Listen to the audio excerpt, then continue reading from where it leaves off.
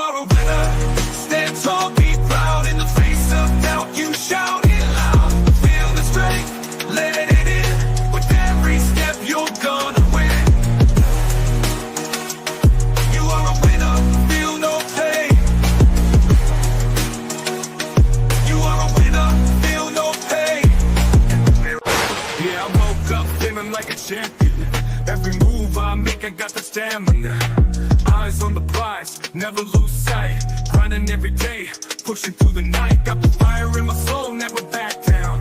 In the ring of life, I'm the one with the crown. Sweat and tears, yeah, I paid the cost. Every battle fought, I'm never lost. Hit the ball, feel the winner. Stand tall, be proud. In the face of doubt, you shout it loud. Feel the strength, let it in. With every step, you're gonna win. Every challenge met, every goal in sight. In the gym, on the grind, it's a warrior's fight. From the bottom to the top, yeah, I've been there. With the heart of a lion, I face the dare. No fear, no limits, just pure drive. In the race of life, I'm alive. With every push, with every strain, I'm a winner, feel the gain. Hit the road, feel the power. In this moment, it's our hour. Rise above, break the chain. You're a winner, feel no pain. You are a winner. Stand tall, be proud. In the face of doubt, you shout it loud. Feel the strength, let it in. With every step, you're gonna win. In this moment, own your name. You are a winner in this game. You are a winner. Stand tall, be proud. In the face of doubt, you shout it loud. Feel the strength, let it in. With every step, you're gonna win.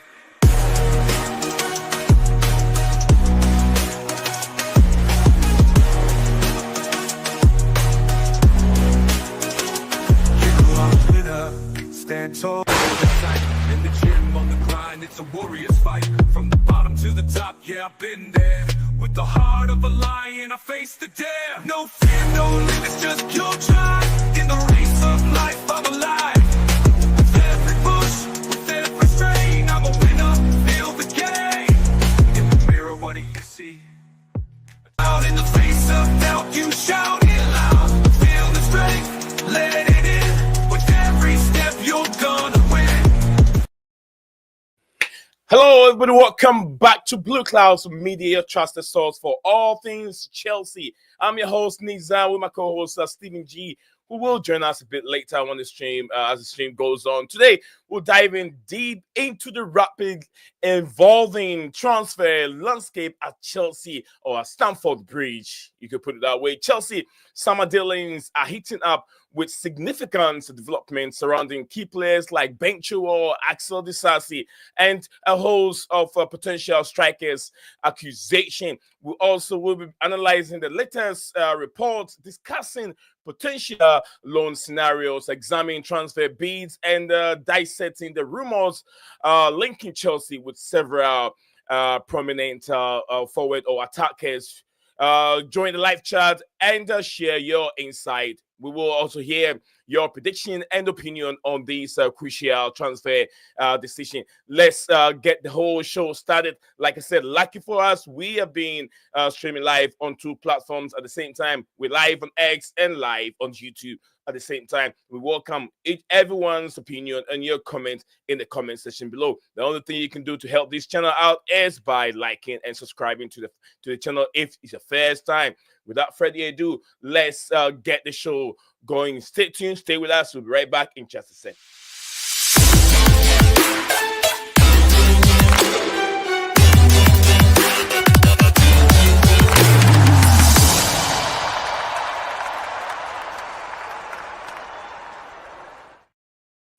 Welcome back, folks. Welcome back to the channel, viewers and a lovely community. Everyone here wants to welcome you guys back to the show again. And like I said, my name is Nate Zion, bringing you the latest development or transfer links and rumors surrounding Chelsea FC and other. We have a Marcus Rashford news also with us. We're going to talk about, and also some full news of Kani Chukwumeka also. Before I had all my stream and everything together. We have a latest development for Kani Chukwumeka with another bid of interest from Borussia Dortmund. And also Axel Disasi looks like he is that close. Moving on. Also, Ben Chilwell deal is that close. Latest report from Fabrizio Romano said that it is that close for him joining Crystal Palace. So, like I said, there is a lot of news to go through. We'll be talking to Ben Chilwell. Like I said, we'll begin with the latest news on Ben Chilwell's situation. His loan move on the card. What is it for Chelsea prioritizing regarding his future? And we're going to analyze his potential implication for both scenario. Ben Chilwell need to play football. Also, we will talk about Axel Disasi's transfer saga. Also get into it. And also Chelsea striker, such as it's been reported that the hunt for a prolific goal scorer is always a hot topic for Chelsea Football Club. We'll examine the list of strikers that Chelsea are, reportedly considering, including Evan Ferguson, which we did talk about yesterday, and also more on Liam Delap. As the news said, these key players are what Chelsea are looking for to land one of them before the transfer window slam shut on Monday. Victor Gyokeres is also one of the players. And last but not the least, Benjamin Sesko. We analyze each player's strength.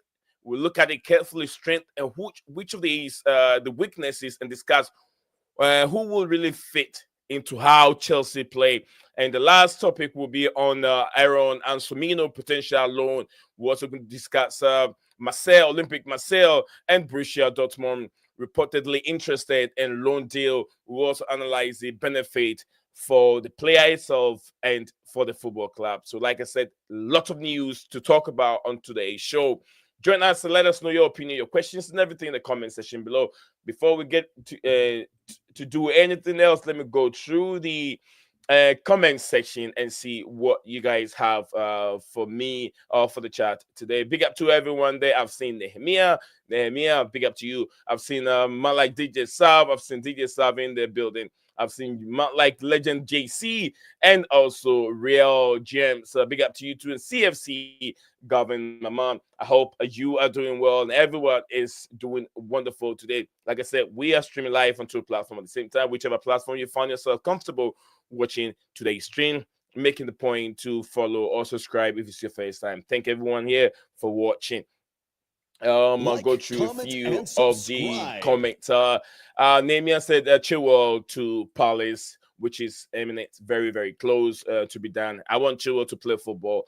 Maybe if he gets better match fitness, he could be recalled to the Three Lions or the English national team because of the manager who knows Ben already. He's played with Ben before, helping the manager secure Chelsea's second ever Champions League trophy. So Ben with a few games, 5-6 games before any competition for England, I think that Ben has a high seed of joining the Three Lions in the upcoming fixtures or qualifications.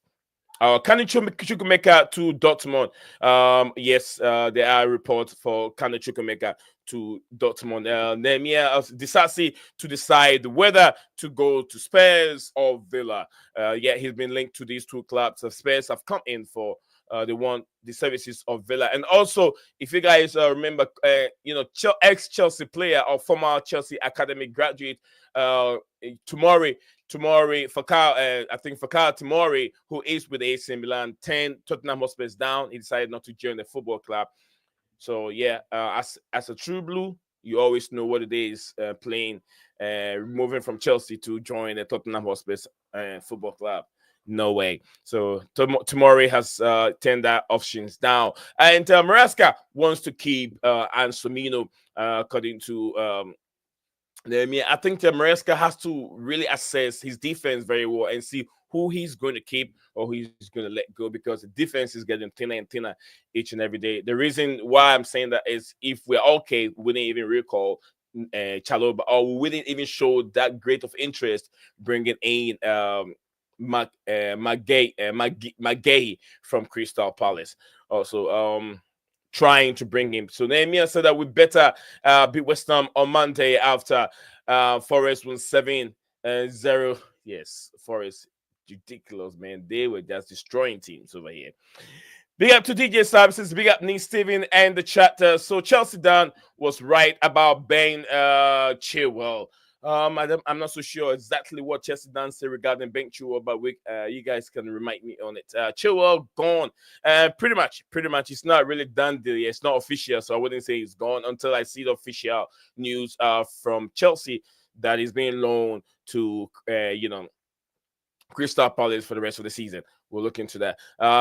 Greetings to everyone. Like I said over here, welcome everyone to this. The news on the Crystal Palace as close to getting agreement done with Chelsea for Ben Chilwell. Loan move until June.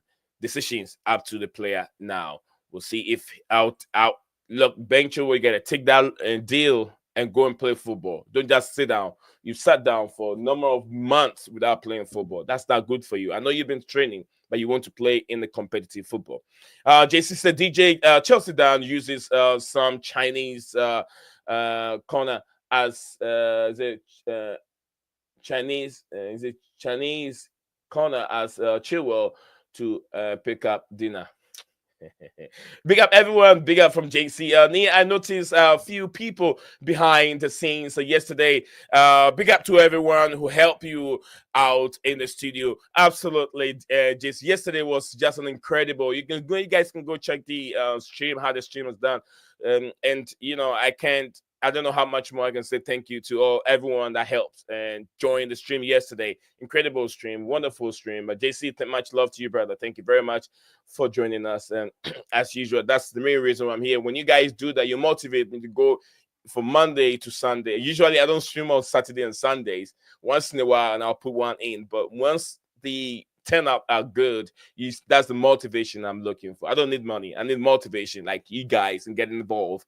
And it gives me that strength to put more effort into it. Are you not sure? NG with the probably is showing something else on the. Okay, are you Nigerian? No, I'm not a Nigerian. I'm a Ghanaian by birth. Now I'm an American citizen. All right, so I'm a Ghanaian by birth. Big up to everyone, the CFC governed money in there. And also Junior, big up to you, Junior. Junior said big up to you, Nee. I'm watching you from South Africa. Big up to all my South Africans, legend. Maya, one of the guys, if you don't know Maya is one of the legends on this platform. Big up to him. Man showed me love with some big super chat early on this year. And really I appreciate his support for this platform. And big up to you, Junior, for tuning in. There is I don't know how much what I can say, but you finding time to join me here on this show means a lot to me. It means that although you got something doing, you're still listening in, you're contributing, typing in at the same time. It helps the channel. So big up to you, Junior, and keep doing it. If, like I said, if you guys are free, you're comfortable talking, you don't necessarily have to put your camera on if you don't want to. And I always share the link there, and I hope that you guys will jump in. And the more we get this thing, we do it, the more I can do more in terms of after games to put a stream up for you guys to jump on and have your say. I want to know what is really within you. Sometimes we call it early reactional. We react to performances of is that Chelsea lose or Chelsea win. And I want to do that review calling segment. I put the show up, and you guys jump on. This is what America should have done. Jackson is so crap. Get Jackson out of the football club. This guy doesn't deserve to be here. We want to hear all that passion from you as a Chelsea fan. I want to get that done more on this platform. So yeah, a loan move for Chilwell to Palace is great for him to get some minutes. Real James said that I am a Jamaican, but my ancestors say I am a Ghanaian as well. Well, I'll tell you, there's a story. I don't want to start with it because it's a long story, but I can summarize it. Jamaicans don't know how close they are to Ghanaians, and Ghanaians don't know how close they are to Jamaicans. Yeah, and lots of you guys, things that you say, certain things you do is related to the coast of West Africa. A lot of you could be Nigerians, you could be Ghanaians, but I'll tell you, it is true. there's most of these. I don't want to go back. Most of the people that they put on the Caribbean, the island, are coming from the west of the African side, west side of Africa, which is it could be Nigeria, and most of them Nigeria, Togo, Ghana. Those were the people that they left on the island. I don't want to remind some people of the past, so I'll make it really short. That yeah, definitely there is some kind of if you trace it, black group and all that kind of stuff, they could trace it back to those countries. But thank you very much, Real James, for joining us on the show. Much love to you. And history, I love history. I did history in high school as well. So yeah, a lot of history. But let's get things going. Nehemiah said, we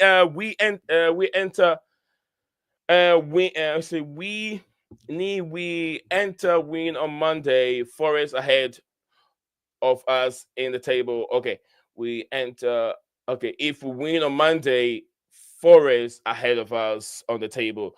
And big up to Kojo. I'm sure Kojo's all the way. Kojo Ejadum, right? Kojo is joining us definitely all the way from GH. I know. Big up to you, brother. I hope you're doing very well. First time seeing Kojo on the show. Big up to Kojo. Kojo, don't forget to subscribe and like to our video. And I want to say our channel. I want to say Happy New Year to Kojo for joining us the first time on the show. Big up to everyone there.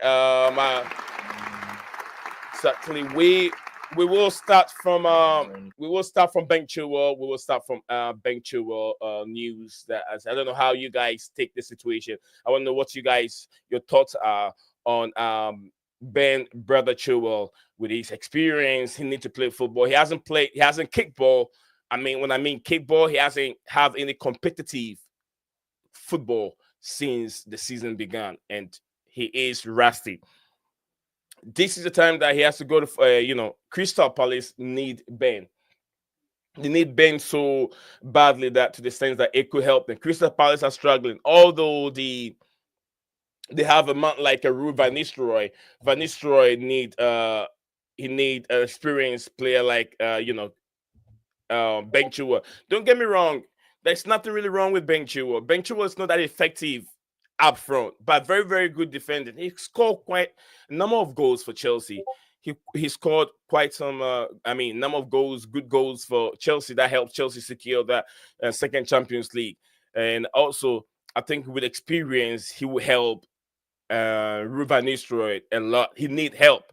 Van Nistelrooy need help. If I was checking, I think that either did they play today or tomorrow? I was just checking the exact day. Palace, I think Palace play tomorrow. Yeah, Palace play tomorrow.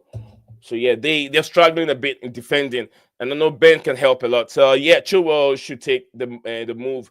It's not an outright. So whether to decide either go have a pay cut, you decide that when you're having the outright, like Chelsea selling you, because Chilwell is on high wages right now. So when he take a low move to Crystal Palace, there's a way that maybe Crystal Palace will pay half of his wages, and Chelsea can also pay half of his wages, which can bring the wage bill down a bit because he's taking all that money but not playing football. So, in my opinion, I think that's the right move for Ben Chilwell. Chelsea haven't had a lot of interest, not many interest, but yeah. Updates here. Wolverhampton Wanderers are a goal. I think they're a goal up here, and it's about 4 minutes more to end first half. 49 minutes played right now. So yeah, Wolves are ahead on Aston Villa. That's a while ago. The goal came in a while ago. I thought it was another goal, but and anyway, we'll move on from there. So let me know what you guys think of the Ben Chilwell's move. Kojo said, please, can you help me out? Me update on Chelsea's striker. We will get there, Kojo. The latest news regarding the attacking phase of Chelsea is they've been linked with strikers that we already know. Obviously, we know this been linked with Gyokeres, Evan Ferguson of Ipswich. no, even Ferguson of Brighton, and also Leo Delap also of Ipswich, Victor Gyokeres also from Sporting CP. All these strikers has been linked with Chelsea before, but it looks like they need, reports are saying from Fabrizio and others are saying that Chelsea will definitely land a striker before deadline day. And all these players, Chelsea have already gone in to talk to the either them or whoever the managers or agents, and also the football clubs already. So I'm not so sure who exactly they're gonna bring in, whether Delap or the guy from RB Leipzig, which is was Benjamin Sesko, or maybe Victor Gyokeres. I'm not so sure. Victor Gyokeres have a release clause, so with him it should be easy. He has a release clause for around 80 million. So if Chelsea are that serious and they need a striker to help Nicholas Jackson out, that is your guy. Victor Gyokeres is the number one I'll go in for with all the strikers that have been lead. Yesterday we did talk about the Evan Ferguson. I said it's a no for me. If we're gonna go for Evan Ferguson, I'll go for Jonathan Davids from the French league. He has been outstanding. His consistency is so unreal. He's been scoring goals after goals from last season till now. So to me, Jonathan Davids tick that box for me, not Ferguson.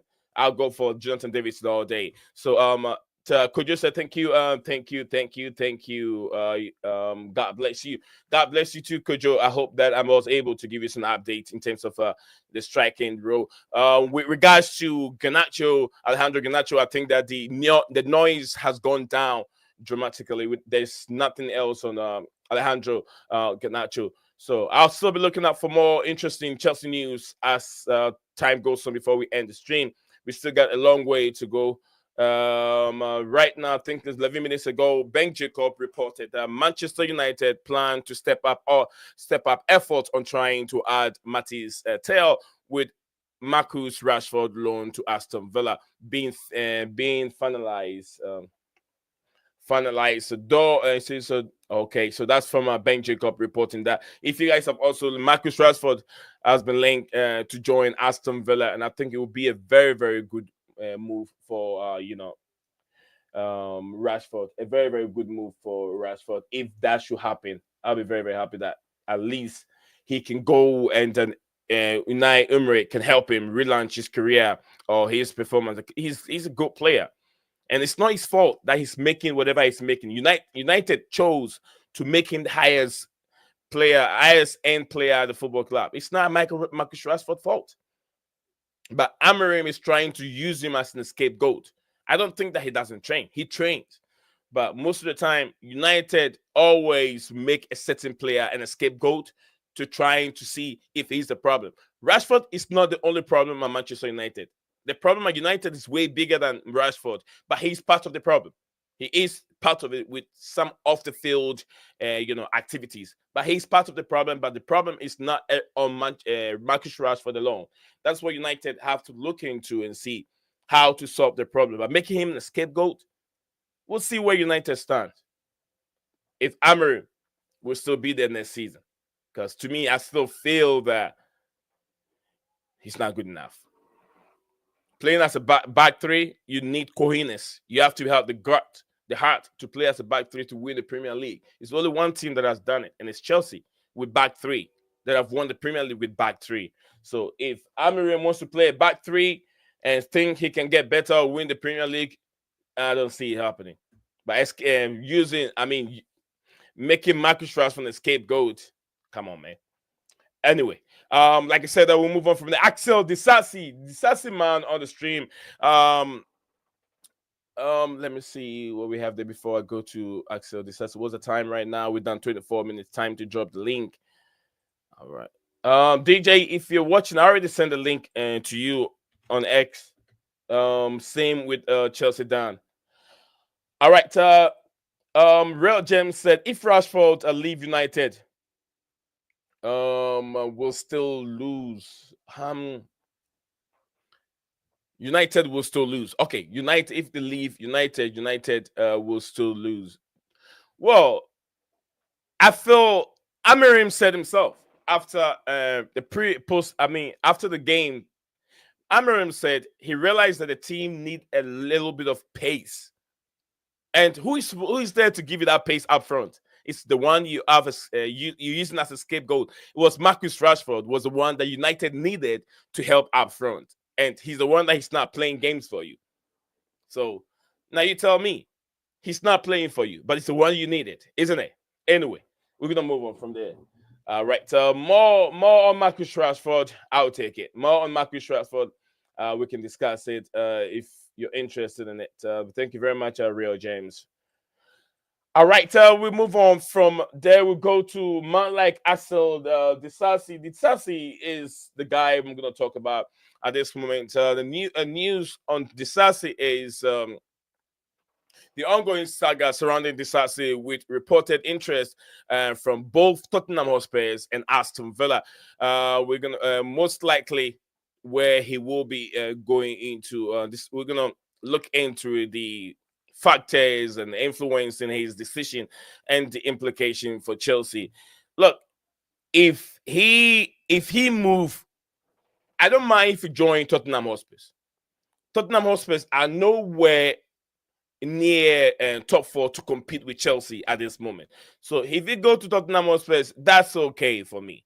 But if he joins Aston Villa, to me, he will be strengthening Aston Villa. He will be making Aston Villa teams, although he's not going to play against Chelsea, but then he helped solidify Aston Villa's defense and can compete against Chelsea, who are trying very hard to make top 4 this season.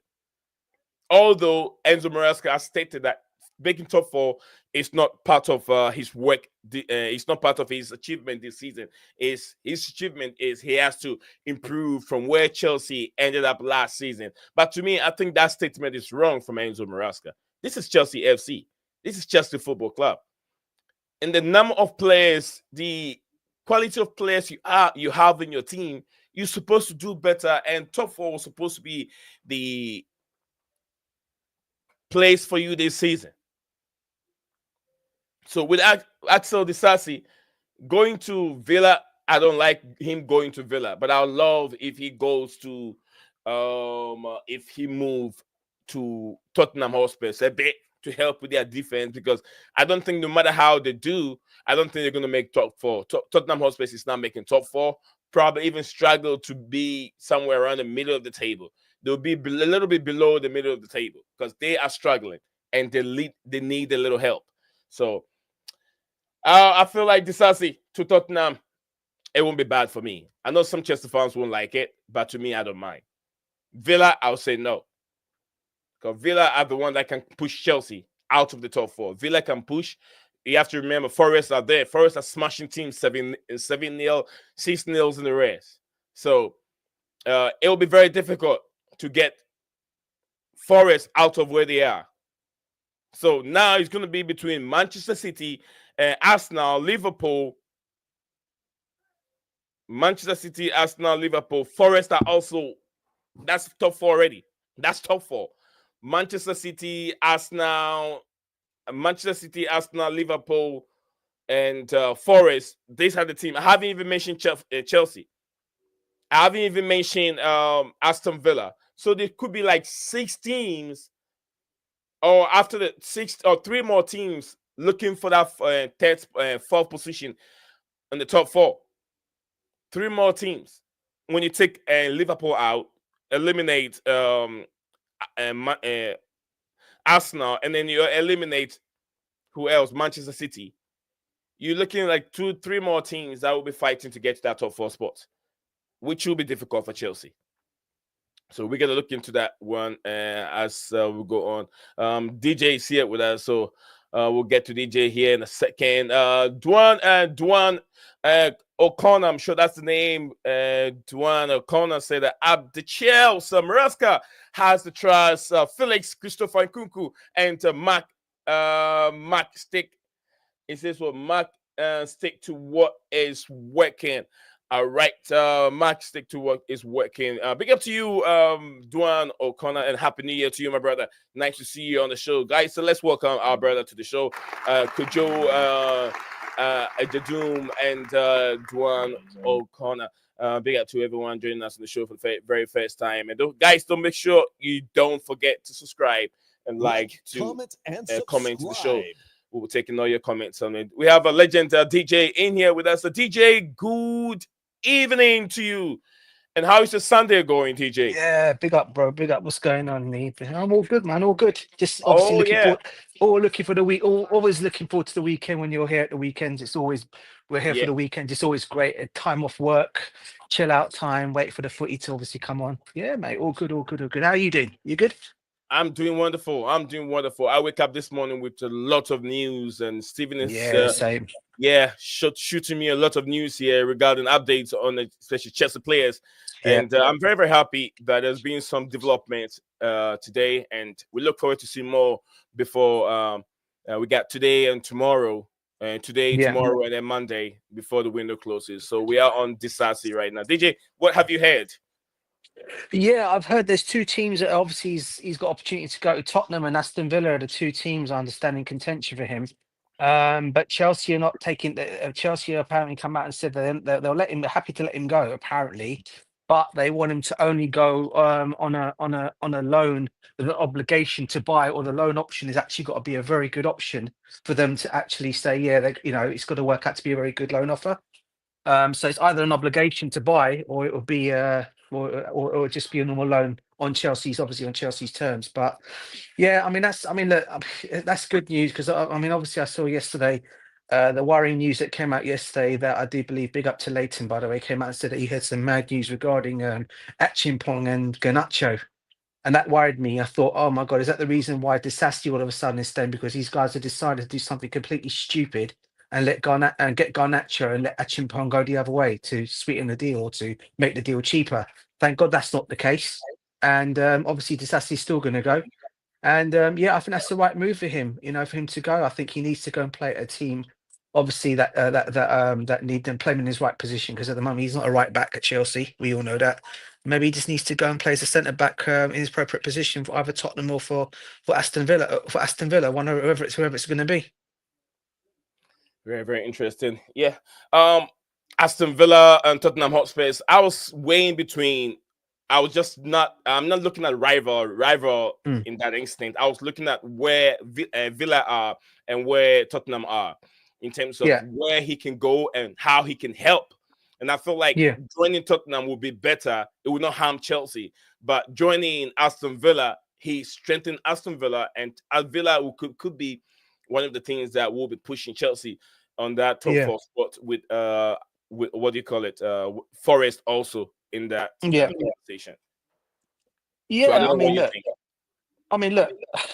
For me, Tottenham are no danger to us. Let's make it real here. Yeah, Tottenham are no danger to us, mate. I don't think they're going to touch us. I think we're going to finish them. We'll finish higher than them in the league. I think Aston Villa, I would say, probably they are, because obviously Emery's got them playing some excellent football. But we always know with Aston Villa, mate, since they're still in the Champions League, you could bet your bottom dollar bill Emery's going to put all his eggs in one basket to try and achieve a Champions League success if he can this season. If Villa can obviously get their third or fourth position, obviously they'll fight for that. But I've got a feeling they're going to be. I think that the fans, on here from the fans want to go all the way in the Champions League this year. Now, whether they'll get there is another thing, because obviously there's so many still other good teams in it. But for me, look, at the end of the day, I'm not really so worried about them or Tottenham, to be fair, because I still think we've got, even though despite our situation with our players and players coming, I still think we've got enough in the team to still get us going up there. But that's only that's only on one. That's only if one of João Felix stays or Nkunku stays. If any of them end up both going, I think that squad depth for us is going to be a bit hard for us to catch up on getting to a high position where we want to get to in that way. So for me, that's still my worry. And I don't know if you saw the other reports coming out of it tonight. I don't know if Stevenson's been updating you, but it looks like Jorge Mendes is in AC Milan striking out a deal for João Felix to go there. And even though Leighton was coming out and saying yesterday that Chelsea will not let him go, it looks like he's going to be a Milan player before the end of this transfer window. Now, for me, that is worrying for me in itself, especially if we've got no replacements coming in. So that is a concern in that way. Very, very interesting. Thank you very much, DJ. Guys, you guys heard it. DJ is a Chelsea fan. If you guys don't know, the first time watching us here on this show, we're streaming live on X and YouTube. We got 42 of you watching live on X and 20 of you, half of you, the number on X are on YouTube, 20 of you. So guys, don't forget, if you first time ever joining us on the show, make it a point to like, subscribe, and also follow us on X and share the link if you can on any other your Facebook platform, because I'll say this real quick. The only way that YouTube algorithm can recognize the hard work we put in here is also by you guys distributing it in terms of sharing it on other Facebook platforms, social media platform, for other Chelsea fans to know of these lovely channel to join us here and have a say. So very, very interesting. Yes, very interesting scenario on here. And Jacques Felix, and also you had DJ also. And lucky for us today, too, we have a Liverpool supporter joining us here. Mr. Ryan joining us here on this weekend, and it's evening for him. So we'll hear from Mr. Ryan, and the Egyptian king. Yes, he's destroying the Premier League. What a goal, mate! What a goal today! Goal after goal. What a goal! What a goal today! More King Salah. He's destroying things. So let's hear a bit from Mr. Ryan. Mr. Ryan, good evening to you back in London. Good evening. Big up, good Brian. evening, Nee. Big Yes, up, sir. DJ Sav. Yeah, man. As you said, Lord Salah, King Pharaoh, Mohammed Salah, Egyptian king. What can I say? This game had banana skin written all over it, Nee, and I know we discussed it going into this game. I was very nervous. Bournemouth are a very, very good team. They showed that last weekend. They've got amazing young players, young talent, very cohesive, an intelligent manager. So, listen, we didn't play well. I think we were lucky with the penalty decision, but second half, I thought we battled extremely well, and we deserved, the 3 points at the end of the day. And yeah, we move on. I have to say, Salah's goal was amazing, wasn't it, Ryan? Did you see it? It was indeed. What a goal that was, mate. Honestly, he brought back the years, didn't he, Mo Salah, in that goal? He did, and he's shown glimpses of the old peak Mohamed Salah this season. Yeah, and 100%. That was just a beautiful finish. He makes it look easy, and it's not. Anyone who's played football or watched it, for a long time, like the three of us have, those are actually the most difficult, where you have to curl it, and it's all about placement and technique. It was, mate. And I tell you what, I think for me that's the vital part for Liverpool this season. But I think for me, you guys need to do everything in your power to keep hold of Mo Salah this season, bro. I mean, the people can go on about his age and say whatever they want to say, but I think he's very vital to your team. And him and Van Dijk, for me, are the two main plays for you guys.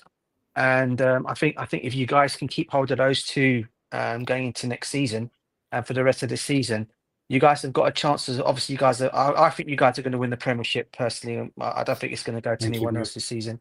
I also think you guys have got a chance to win the Champions League as well. These guys are. But the form Salah's in, mate. I mean, this guy's remarkable.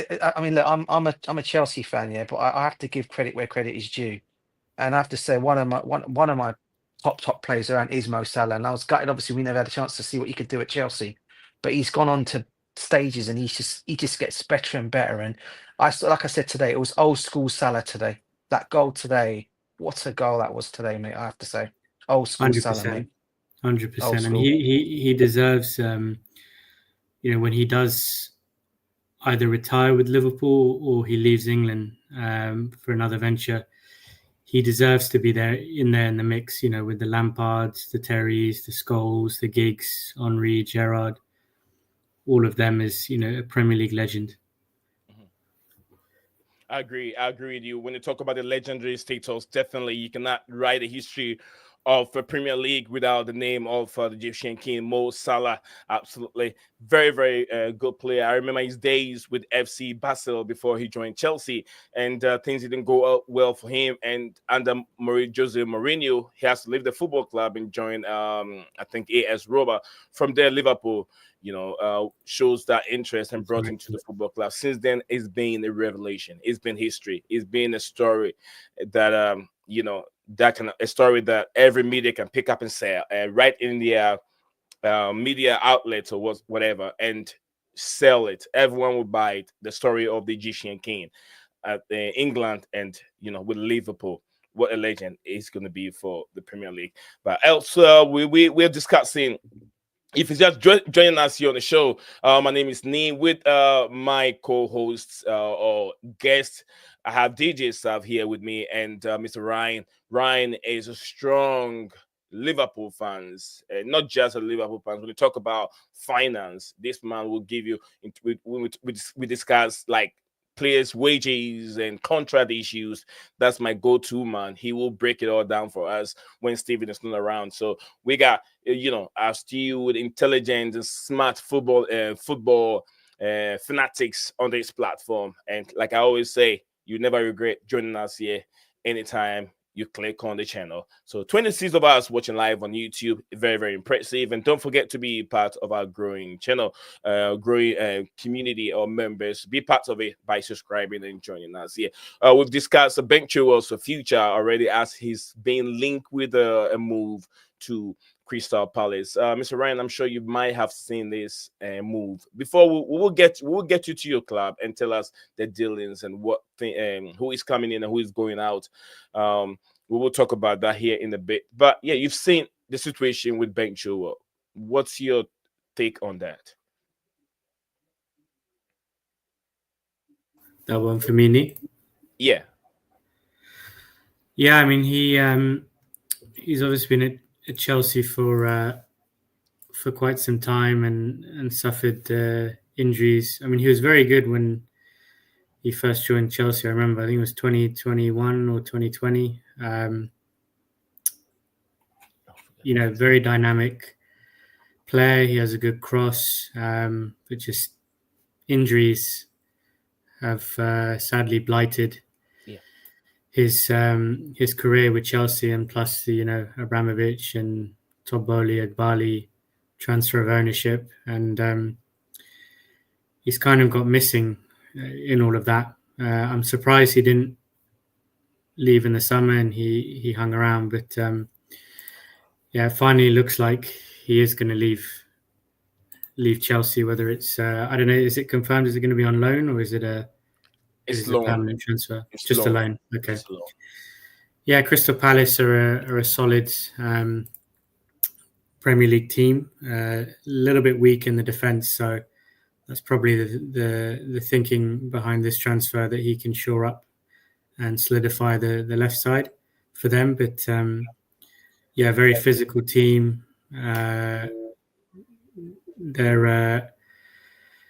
It's definitely a good move to him. And I'm just seeing here his contract's up in 2027, Chilwell. So this is a very important opportunity for him to get game time and hopefully make a permanent move in the summer somewhere.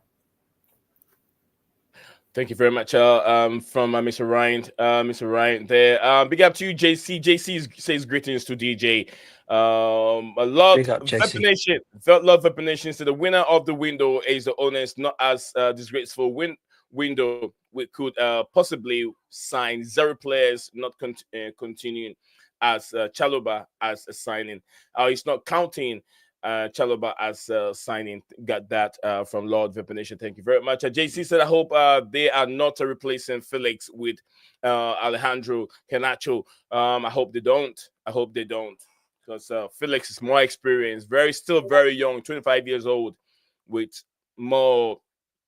It's more brilliant than Alejandro Garnacho. JC said there is news that Spurs are considering Garnacho. United are trying to push him to somebody. They should find the person they want to. But I don't think Chelsea fans are okay with that move. Chelsea section tie says big up. Just missed this. All right. I'm watching you all the way from Uganda. Big up to you, Ty. Watching you all the way from Uganda. Ayubu, I think Wikesa is the name. Thank you very much, Ayubu, for joining us here all the way, bringing you the stream from Detroit, Michigan. That's where we are right now. Bring you the stream from there. But anyway, thank everyone that has joined the show today. Much love to you all, and also those that have find time to join our show and see the latest news on Chelsea. That's what this channel is for, not just Chelsea, but we like to talk about football in general. So thank you very much, Mr. Ryan, for giving me your thoughts on Premier League. I would say one of the Premier League players that have won Champions League is no one else by Ben Chilwell, Chelsea brought to the football club. And I feel like if it goes to Crystal Palace, who are struggling a bit with he might get game time. And once he gets game time, he can be called by the German tactician, which is Thomas Tuchel. Because I remember he was part of that team that won the Champions League in 2021. So with that, Tuchel, I've already worked with him and know what he can provide for the team. On the left-hand side, I don't know who England has over there without injury. I know they have Luke Shaw. Luke Shaw is always battling with injury. So a little effort from Ben Chilwell, he can find himself ahead of Luke Shaw, in my opinion. All right. So more from my brother here said that the transfer for Victor Osimhen to Chelsea, and we'll come to that here in a bit. And I know the guys my friends here also have their thoughts on it. Chelsea has been linked with a lot of attacking or maybe strikers, which involve Evan Ferguson, Liam Delap, Victor Gyokeres, and Benjamin Sesko.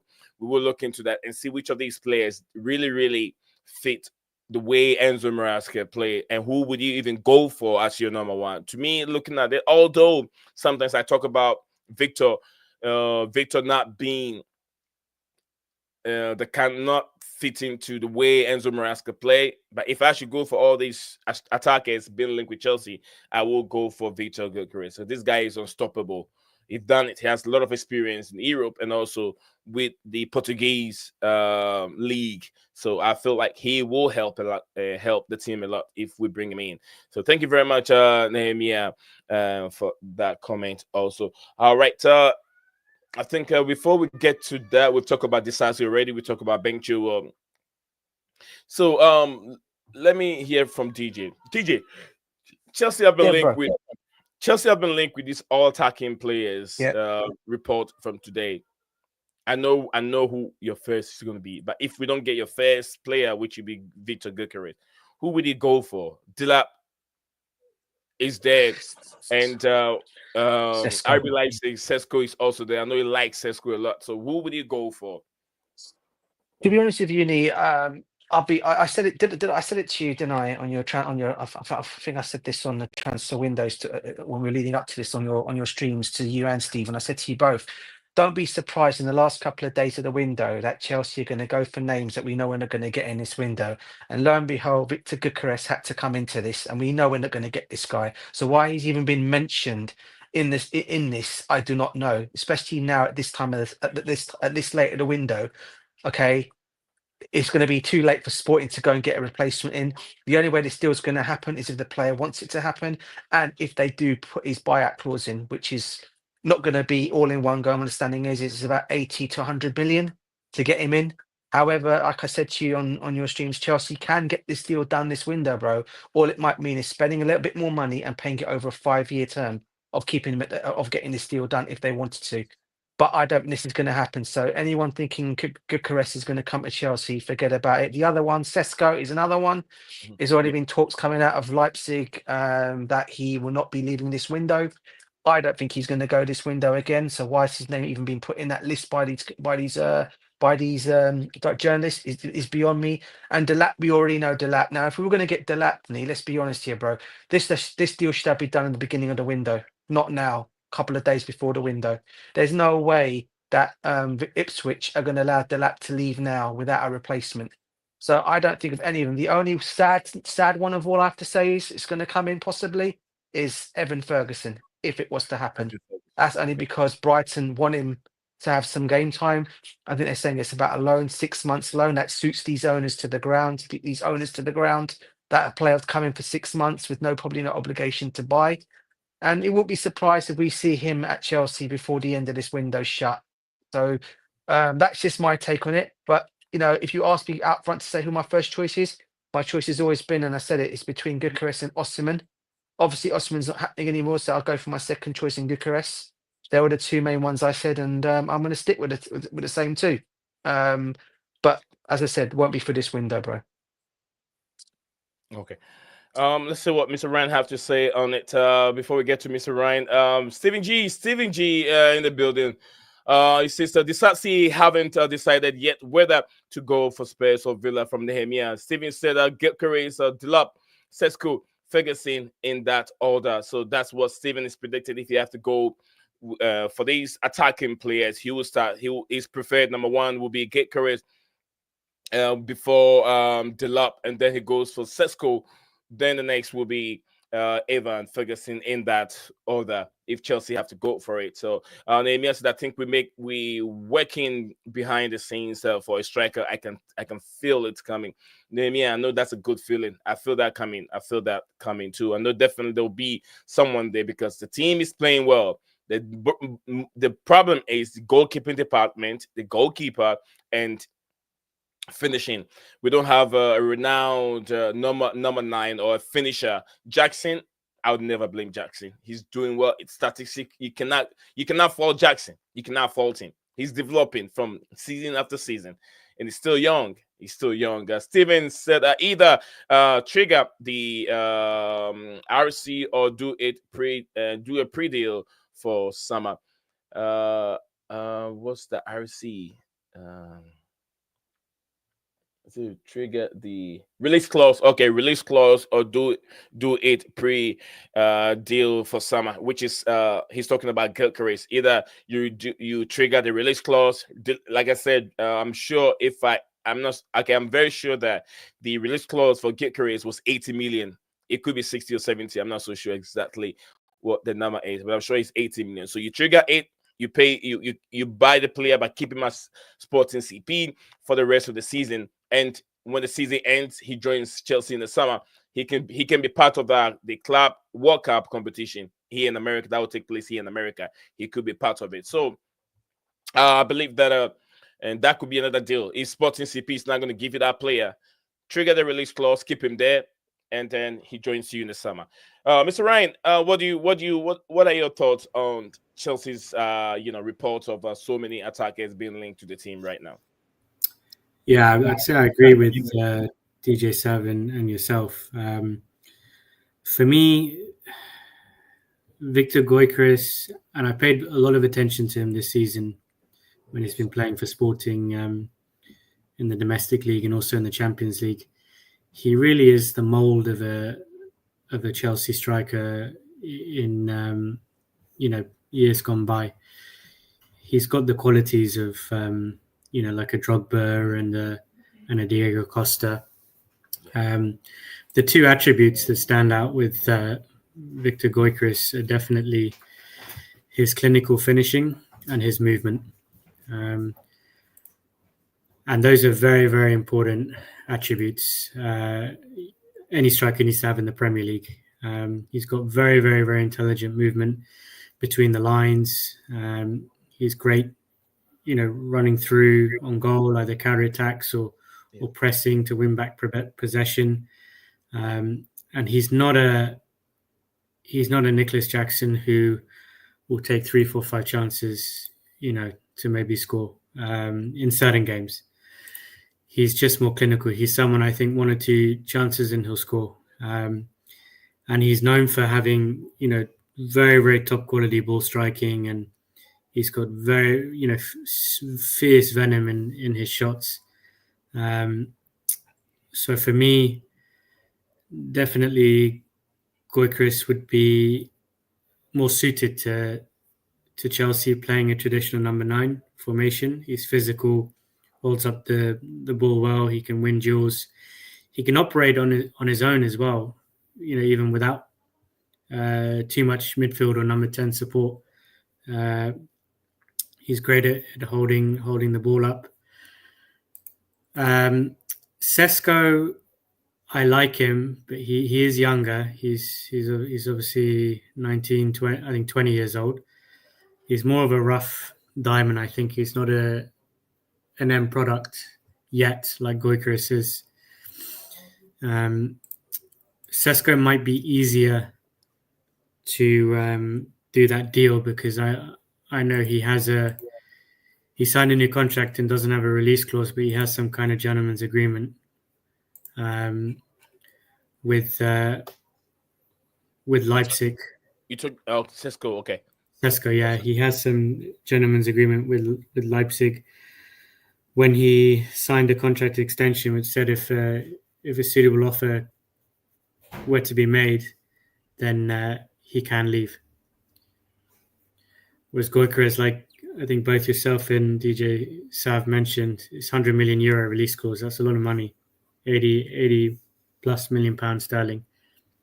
And I don't think Sporting will be in any mood to negotiate that down, given the demand for the player. The other two, I agree with DJ Sav, Ferguson, Liam Delap. They're good young English prospects, but they're not ready to lead the line for Chelsea. Look at their statistics. They've hardly scored any goals in professional football. You need someone clinical. You need a Victor Gyokeres who will guarantee you 30 plus goals a season. Thank you very much, Mr. Ryan. Steven said that his release clause about 83 million, but maybe allowed to leave in the summer for 60, apparently. So it will be much more cheaper. But like I said, if you want to secure that player, get a deal done now and keep him at the football club. So like you did with the Nkunku, you did with Christian Pulisic earlier. Get a deal done, keep them there. The summer they fly to England. And the prices, he said he's talking about Great Britain. He's not talking about pounds. He's talking about euro. Okay, thank you very much, Stephen. Makim said, big up the panel. Big up, Makim. I big up yourself and in the chat also. So thank you very much, Makim, for joining us here. We still got a lot more to go. We've talked a bit about Chelsea. Guys, we're going to talk about Liverpool a little bit and their dealings. There is some news out there with Trent Alexander-Arnold. It looks like he's injured. So I'll give the microphone to Mr. Ryan again and give us some roundup of what is going on with Liverpool at this moment. Mr. Ryan, over to you. The transfer dealings first and then injuries. We can start with Trent's injury. He went down in the second half, holding, I think, the top of his knee. The physios looked at him and decided he couldn't continue on. So Conor Bradley had to come on to replace him. I'm hoping it's not too serious, but I saw Stephen posted in our group that he is having a scan done to see the extent of the injury. Probably doubtful. Obviously, he won't play against Tottenham now in the Carabao Cup second leg, and he might miss some Premier League games as well. So it's a blow. We're reaching crunch time in the lead up to the end of. That would be a very, very huge, big blow, Ryan. Yeah, indeed. But Bradley's a very, very good fullback. You've got Tsimikas as well, so we've got cover. Okay, absolutely. Thank you very much, Mr. Ryan. What about transfer deadline? Harvey Elliott, he's been asking for more game time. I saw him over the week. I think the Champions League game he scored for Liverpool. How likely is he? Is he staying, or do you think that they're going to move him on? Yeah, it's a difficult dilemma because he's a young English talent, needs game time. And we've just had a lot of players back from injury. So I mean, even today, Chiesa didn't even make the squad, not because of injury issue, because we just, tactical. There are only so many spots to fill on the bench. So someone like Harvey Elliott, I think the best thing for his career, if he wants regular game time to further develop, is for us to loan him out to top half Premier League side. But I like him. I see in 2-3 years he can be a starter for Liverpool. He's good enough. Exactly. Thank you very much, Mr. Ryan. So some few updates on Liverpool. If you're watching us live, we're discussing some few updates on Liverpool Football Club. Let's go back to DJ. Any more you want to add to the striking or what Ryan said regarding some Liverpool players? Yeah, I mean, we all know about the Trent situation. I think he's possible. I mean, he's got that injury now, but I don't think it'll rule his move out to Real Madrid in the summer, though. I think that's a deal that's going to happen. I think with him going down there. I think at the end of, I think for you guys, I think even without Trent today, mate, you still. Who came on for him today? Wasn't it? Who comes on? Who's he plays in this? Bradley. Yeah, he's more than an ideal replacement for him, mate. I think he's an excellent talent, Connor Bradley. So I think you've got that. I think you've got that position made once Trent leaves for him. But I've got a feeling you guys are going to go in the summer with somebody. I don't know who it will be. I can't see your board not backing your manager, especially if he ends up winning the Prem this season. It'll be criminal if they do not back him in the summer and get him some players in. I'll be honest with you, bro. So for me, that I think whatever happens with you guys, as I said, Trent obviously he got injured today, but hopefully he won't be out for that long, and he comes back fully fit. But at the same time, as I said, you've got a replacement named Connor Bradley. So yeah, either way, guys. I don't think many Liverpool fans will be worried about the Trent situation. I think it was someone like a Salah or a Van Dijk. I think you guys would be more worried about that should any of those two were to get injured. Am I right in saying that? Yeah, you're spot on. Yeah, so Trent's all right that way. The more high risk for us. If or Konate even. Yeah. So Konate, Van Dijk. Yeah, and you've got listen. I mean, obviously, Alisson's he's back now, isn't he? But still, you still got a good goalkeeper to come in and replace him as well, should that be if it need be. So, yeah, I still think you guys are going to go on to win the league this season, even with or without Trent in the team, bro. So, less worry for Liverpool fans. Yeah, 100%. I agree with you on that. I think in the summer it's going to be defensive surgery is the priority. Obviously, Salah might leave. I hope he doesn't, but Robertson isn't really performing the same levels of the seasons in the past. His level has dropped. He's a bit inconsistent. I think Tsimikas will probably leave. Trent more than likely is out the door. So we definitely need some defensive signings to give us more depth in that part of the pitch. Interesting. Thank you very much, Ryan and DJ over there. Makeem is wondering if there are any MMA guys in the chat here. If an MMA guy respond to Makeem in the chat, please. Nehemiah said the transfer news quick. I think after Wolves game, I think we hear something like here we go or something. All right, from Nehemiah, thank you very much, Nehemiah. We will move on from there. We'll talk about the transfer activities for Chelsea. We've talked about we could also talk about Marcus Rashford here in a bit, also being heavily linked to join Aston Villa. Villa, man, that money that they have acquired, they've been linked to almost everyone. Can they afford that wages for Marcus Rashford, or would Manchester United take part of it, and Villa also take half of that wages? I don't know. DJ, what do you think with Rashford? That's an interesting one, Lee. I have to say, it's not surprising me that Rashford's linked with him. To be fair, because obviously the manager clearly doesn't want him, and depending on how bad the manager doesn't want him in that setup, they'll probably be more than happy to probably pay half the fees of his transfer if it means getting him out of the club. Especially if he's causing any problems there amongst the other players. I think I'd rather see him go. And if he does go to Villa, I think Villa's a good move for him. I'm just happy they're not getting João Felix anymore. If he's going to Milan, so I'm happy about that. I'm not happy about him going at all, but I'd rather him go to Milan than go to Aston Villa because I know what he's going to do at Aston Villa.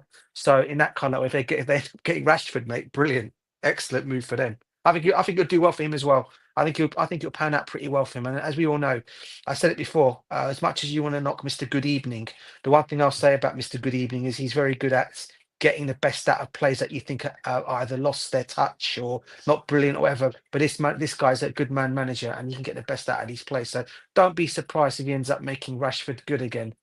If he ends up going to Aston Villa, which means Man United will either take him back at the end of the season if he's improved, or they sell him on to Aston Villa, wherever it's going to be. So let's see what happens on that one, mate. Thank you very much on that. Ryan, you want to add anything to the Rashford link to United? Yeah, I mean, I'm a little bit surprised that Man United are keen on doing any business with Villa.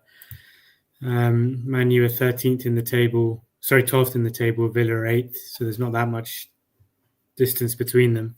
So they are a rival. But it's clearly Amorim and the club want Rashford to move on.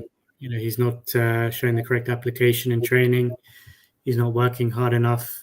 He's just sounds like a bad energy, and eventually be a good separation for both club and player to move in a different direction. Sounds like today, obviously Villa are losing right now. They're saying Watkins got injured in the game.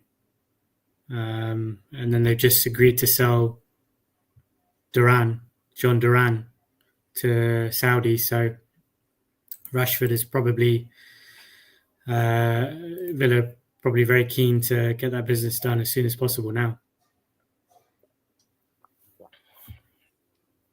To me, I think I've said it beginning of the stream. I said that Rashford is not the biggest problem at Manchester United, and it's one of the problems, but not the biggest problem. United chose to make his wages make him the highest paid player at Manchester United. It's not his fault. So no matter what it is, I don't know the situation with him at training ground as it's been reported. But if Rashford come out and try to defend himself, it will become a big problem like they did with Jadon Sancho.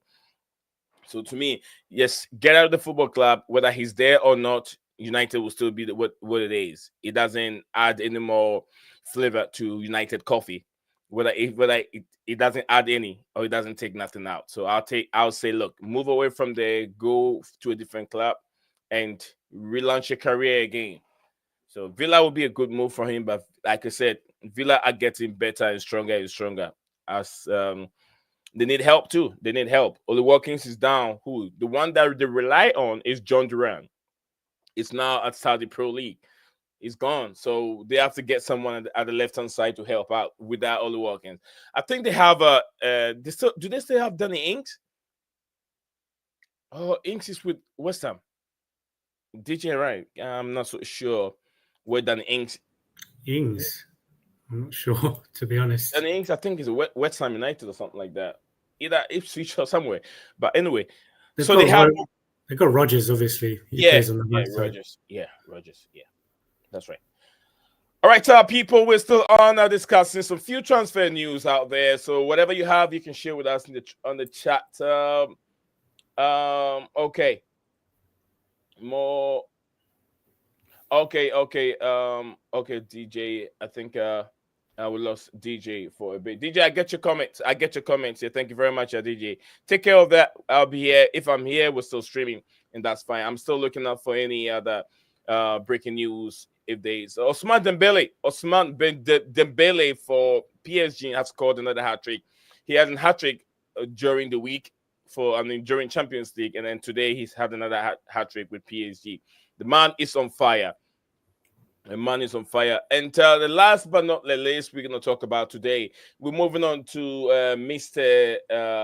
Ansumino, another young chap, defender that Chelsea brought.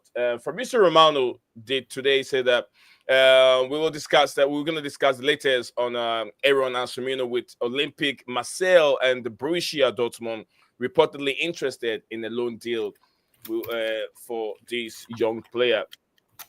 And before Chelsea have to let him go, we have to look at what we have first. Disasi is also leaving. And what I have read, Enzo Maresca he likes his player and he wants to keep him. And I don't see Chelsea letting 2 more defenders leave when you have Fofana down with injury and you have Disasi also down with injury, and you have to rely on young Achampong alone. And Achampong, you recalled, what's his name again from Crystal Palace? Chaloba from Crystal Palace. Is it going to be enough for all the competitions? I think they're supposed to keep this boy instead of letting him go. But reports are saying that Borussia Dortmund and Olympic Marseille. I don't know if Ryan know much about him. Ryan, he hasn't played much. I think it came from the Brazilian league to join Chelsea, but hasn't played much football. Would you suggest, with all the injuries that Chelsea are going through, they should let him go? I don't know the player too well, to be honest. Yeah. But what I can say is, we've got several examples of really high quality Brazilian talent that's come from that part of the country that's playing in the Premier League. Savinho, João Pedro, Andres Pereira. So, yeah, it's a tricky one. I don't know too much about the player. I know he hasn't got high seed yet. We'll talk about high seed. He hasn't played in higher competitions yet. Brazilian, I think Argentine. Is it Argentine? Either Argentine or something like that. That's where he was coming from. Argentine or Brazilian, one of them. So, but he's a good defender. He's a good young defender, and they believe that they want to keep him at the football club. I'll say they should keep him instead of loaning him out. They should keep him because our defense is suffering from a lot of injuries. So keeping him will be the best idea for the football club. JC said that Heine, the biggest news of the day is coming from your country imposing tariffs. Yeah. Donald Trump is a no-nonsense president. And when he says it, it's happening. He doesn't play around. He's not a sleeping president. He's all out on the counter attack here. He's warning Mexico, Canada, any neighboring countries that the US has trade relationships with that they're not going to get ripped off anymore. No more. No. He's asked. Look, the reason why he's doing this, he's trying to eliminate that unlawful immigrants coming from the Mexican border coming here. And what the statement he made is, if the president of Mexico doesn't control the number of people going over, to be honest, going over that wall. The wall is a huge wall, Ryan. I watched a video yesterday. The woman is, she's a mature woman. She's probably been in her 51 or either 49 or something. She was able to climb the wall, all the way to the top with the ladder. Unfortunate for this lady, descending was not easy for her. She went through that tall wall and landed on the ground. One leg went through her hips. She's a big. I wouldn't say big, like those TikTok women. One of those. And I was like, oh my Lord. She couldn't even walk. So what American president is trying to do, okay, if the president of Mexico, you're not able to control the number of people going through the wall, we're going to impose 25% of tariff on your goods and services. But the other way is going to affect America, because most of our vegetables, goods and services are coming from Mexico. It will affect us in the way around. And those that manufacture, it wouldn't affect Mexico alone, but people that import goods, it will affect them directly, because the tariff is being paid by importers, not the country. Importers, American importers, are the one it's going to affect. The same thing, you're going to apply 25% to Canada. Canada, A lot of electricity that is being generated here in America, some of them are coming from Canada. Michigan can suffer a lot, and those that are close to the Canadian border, Detroit, they will suffer. Washington will suffer. If they close, if they shut down the harbor or the electric that is distributed to America, 3 states will suffer. Canada will shut the electric, and America will not get that electric anymore. You get what I'm saying? So I know I love my president. I love Trump. He's he's an action man, no nonsense president. He has really identified genders in America, and I love that.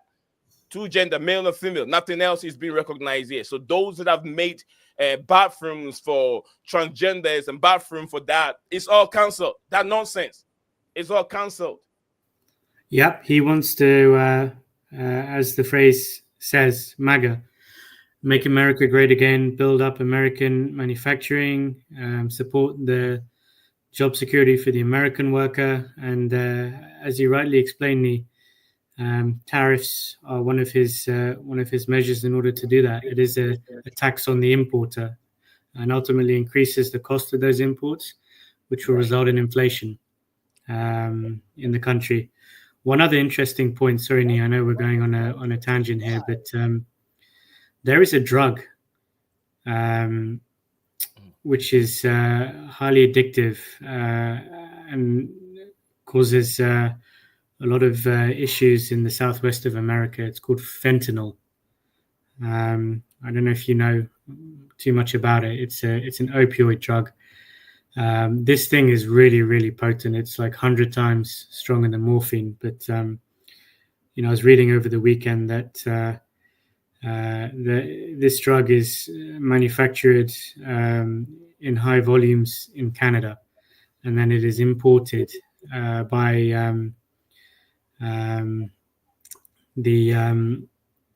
let's say dealers, illegally smuggled into the US, and contributing to the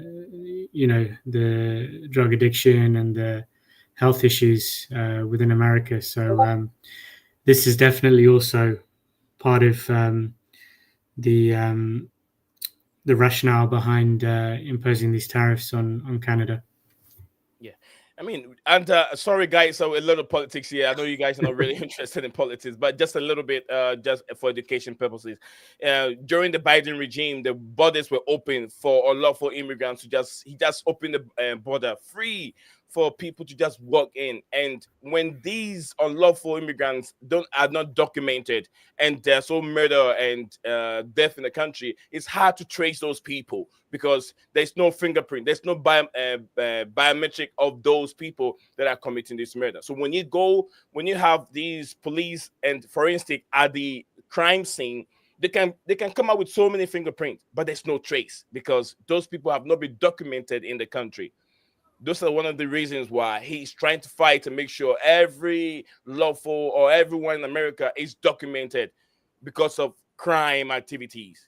You get what I'm saying? A lot of them happens in Chicago, and there are so many incidents out there, and it's been there for 30 years, 20 years without a result. They've been investigating issues, and it's there. It's a cold case. It's lying there. They can't come up with the results of it onto who did it. So it's one of those. They have to make sure that people in the country legally because of these things. But anyway, we're going to move on from there. Thank you guys for listening to this a little bit. JC brought this up. JC, you did it. It's your fault. Villa are losing to Wolves. Can we sell Kim Kellerman back with a 5 million premium? Kim Kellerman, I'm not so sure. The Kellerman name sounds familiar, but I'm not so sure. Can we sell Kellerman back with a 5 million premium? I'm not so sure. I have to. And JC, how can you help me out here with the guy with his name? JC said, okay, he wants to bring back flip-flop manufacturing factories to US. That's from JC. JC's big up to you, Javid. Javid here joining us here for the first time. And Happy New Year to Javid for showing up here in 2025 for BlueClouds Media channel. Big up to you, Javid. And Rich Moneymaker, big up to you, now launching on YouTube. Rich Moneymaker. He said, big up to the legends to tell DJ that Chelsea don't want to let Joao Felix go, and that agent is pissing them off. He has put out a lot of press conference or PR. Pre-PR statement to get Joao Felix away from Chelsea. Everyone, hit that like button and subscribe to the channel. Subscribe to the channel. We still got lots of you guys joining us. If you're first time joining us, the most important thing is don't forget to smash that like button. Smash the like button. Absolutely. We're still looking at if we can find some latest news for you, but there isn't any latest. And guys, Saturday, Monday, please make it a point. We will be here for over 5 hours of live streaming. I have to get some good massage for my back because I will be in this chair for over 5 hours. Even when the window closed, we'll still be here. The Saudi Pro League window closed yesterday. So there are more windows that will be closed tomorrow. England window will be closed tomorrow. But I'm sure the Turkish League window will still be open for a while. And we'll still be watching out. Although the English League window is closed, there are still leagues, or they can still sell players out. They can't bring players in, but they can sell them. It means that they're going out to the Turkish League, but then players cannot come in. And there are still deals that are being done, which is what we call the deal sheet. So there will be deals that will be done, but then it won't be announced yet. But after the window slam shut, they have about 2 more hours or something for them to finalize deals that were in process or were pending before the window shut. So we will also stay here for a period of 2 more hours after the window is shut to give you all the transfers that has been done within that period. So we'll be here for quite a long time tomorrow. I'll be ready. I have to get some more coffee for myself to be able to stay up for that number of hours. So big up to everyone here joining us. 21 of you watching live on X, and 59 watching on X, and 21 on YouTube. Much love to everyone that is tuning in and today. And don't forget, like I said, the channel way to help the channel is to like and subscribe to it. Aaron Ansumino is the player on the screen right now. We're discussing how Chelsea can get the best out of him. He's very young, but good defender. I think he's a center back. He can be part of the current team. But do Chelsea want to loan him out, considering the problems we already have as in a defensive role? Buddy Shield, like I said, is out for a period of time, and also Wesley Fofana. No one knows when Fofana will return. So selling him or not selling him, send him on loan to Borussia Dortmund or Olympique Marseille will be a big problem for the team. They need to keep their defense because Chelsea are still playing in the Conference League. They are also in the FA Cup, Premier League. They want to secure top 4 qualification this season so they can participate in Champions League next season. So they need a lot of defense. The defense need to be there to help the team. And also in the summer, the Club World Cup will be there for Chelsea. Any other news from you, Ryan? Just that, I'm keeping an eye on the Villa score. It's still 1-0, 1-0 Wolves. There's a couple of minutes in injury time still to go, but as things stand, it's been a great day and weekend for Chelsea. Bournemouth lost to Liverpool. Aston Villa are losing, and Newcastle surprisingly lost at home to Fulham. So it's all positive for Chelsea. The teams that are around them in the league table have all dropped points. So it just means that next Monday against West Ham could be crucial. If Chelsea can get the 3 points, then they'll make some movement up the table. Okay. Some few transfer reports here. Reporters saying that Borussia Dortmund are currently working hard on reaching a verbal agreement with Ryan Cherki. camp and report as saying that all parties are very, very confident that an agreement will be reached this evening. This is Florian Plettenberg, a report for Sky Germany. So the news is coming from Germany, from Florian Plettenberg. So that's one of the news for you. And this player has been linked with almost every team in England: Manchester United, Chelsea, Liverpool, and many more. But I don't know what is the problem is. He's a good player, but still can't find himself on that higher level. Ryan Chucky. All right. Delap clears Sesko, in my opinion. Okay. That's from Vince reporting that earlier on. And that's his opinion on who he wants. All right. Also, guys, a week to come. Super Bowl here in America. Super Bowl will be here. One of the most watched final in any other competition you can ever talk about. The most watched final in the world. Super Bowl. Absolutely, will be here. We're gonna see the Kansas City Chiefs playing the Eagles. Yeah, Philadelphia Eagles. Jaden Hurts versus Patrick Mahomes on that night, and I'll be supporting the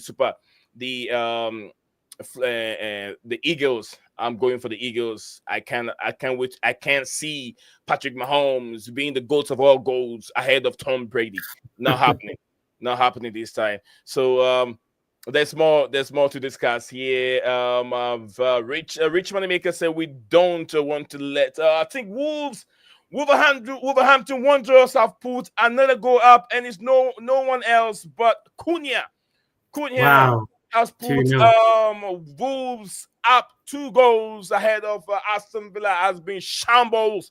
Villa has been shambles of a football club. Playing in the Champions League, they can't keep up with that intensity. Yes, Wolverhampton, that have been struggling all season, I've scored 2 goals ahead. I've scored 2 goals, and it looks like they are winning this. Cunha, the man, the interesting player. Oh, I think that's a foul. It was a foul there. There was a foul. The referee did not take it. There was a foul there. A foul on I'm not sure who it was. I think Rodgers or someone. There was a foul build up. So I'm sure they probably have to revisit it. They could cancel, but no matter what they do, this will still be a goal, and Wolves will win this game. But there was a foul. And the referee did not whistle for it. Ryan, if you see it, you see that there was a foul there. Yeah, I'm just seeing the replay. Villa lost. I agree with you. Yeah. We don't want to let Jacques Felix go because we need him to help Cole Palmer, the coach doesn't trust Christopher Nkunku, according to my sources. The owners knew that this will be a meltdown from the fans if we sell Joao Felix. So Bournemouth is not out. It's not out. Bournemouth is not our competitors or competition. Stop waffling. Who's that? Bournemouth is not our competitors or competition. Stop waffling. I'm not so sure what JC is saying. I have JC, no idea. I'm not sure. I haven't talked about Bournemouth, right? I haven't talked about Bournemouth here. I've talked about I talk about Forest. I haven't talked about Bournemouth. Says by the way, tariff will result in high lending rates in USA for little more time. Okay, so Real Madrid, let us hope Felix stays. You see Real Madrid, RMM abbreviation. I can't get it. I think the game is over, Mr. Ryan. The game is the Wolves and Aston Villa game is over. Wolverhampton left the stadium with 2 goals, one from Bellegarde and the second one from Cunha, making it 2-0 Wolverhampton Wanderers. Villa 0. Very, very bad. Great result for Chelsea. As I said before, all the teams around them have lost today. So good opportunity on Monday to pull ahead and climb the table. 2 seasons ago, last season, Chelsea found themselves in the same spot. They did this many times when they have the advantage. to catch up or move away from that 10 spot, they were still there forever. Don't be surprised if Chelsea lose tomorrow or even draw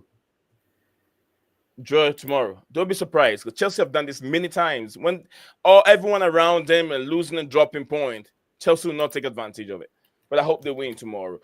Junior said, I don't see us signing anyone in this window. We are just keeping tab on players we want to sign, but not doing anything about it. Like I said, Junior, if you want to sign any player from me, I've said it many times, if you want to sign a player, you have to make sure you're getting the right player. And no one is going to give you, if you're signing a player, you want to sign number one players, you're not going to get top number one players. All the players you're going to sign in the January transfer window are second fiddle, or players that don't get many minutes, but they're good on the bench. And I think Chelsea are trying to make sure they bring their top number one striker. They don't want to bring in too many, but one, because you already got one on the bench already, which is McGee. McGee is there, and Nicholas Jackson, who are your strikers. So if you want to bring in another person, you have to bring in a striker that is beyond or better than what you already have. You don't want to bring in a Sesko. A Sesko is not going to come in as a lone player. You get what I'm saying? Sesko is not coming to Chelsea as a lone player. Sesko wants to join Chelsea to be a number one. And is that what you want as your number one? Probably no, right? Maybe he's the one that's available. And the club are weighing their options. Said, is Sesko going to be our number one? Or will Sesko, look at what we have, can we keep going until maybe the summer we can bring in our number one? And how can we do it? Or can we get one on loan? The best is to be on loan. But Gyokeres also, even if you get Gyokeres, now it's 83, like Steven said, but you can get him cheaper in the summer. But Sporting CP is not going to give you Gyokeres. Victor Gyokeres in this January window, he will not give it to you. Give him that player, because they want to secure either win the league or secure championship sport or European sports next season. And their number one striker, the talisman, the one that scores goals for them, is what you're trying to take away from them. They will not do that. They say you can make a pre-agreement. We'll give him to you in the summer, but you pay this money. You pay 80 or you pay 60, it becomes yours in the summer. Pre-agreement. Trigger the release clause of 83 million. Delap is not going to come to Chelsea because of where Ipswich are. And that's their number one striker. And they are struggling. Ipswich is struggling. So Ipswich is not going to give you Delap. Now you're thinking about maybe Evan Ferguson. Evan Ferguson is not good enough right now. He was good enough last season. He hasn't played very well. He hasn't got lots of minutes, and he hasn't scored many goals. For him to come to be ahead of Nicholas Jackson and be ahead of McGee at this moment, every striker at Chelsea is better than these Brighton player Evan Ferguson. The numbers are way better. McGee has scored many goals in the Conference League. He's got many goals in all competition than Evan Ferguson. So would you go for him? No. Among all the lists, the top players you saw now will be Gyokeres. And I'm giving you the scenario. Will Chelsea make it now? And it's not likely. It's not likely. Okay. It's not likely that will happen. It's not likely that can happen. Big up to you. Is this medium? Is it medium Ed Fun? I'm sure I get it right. Is it medium Ed Fun?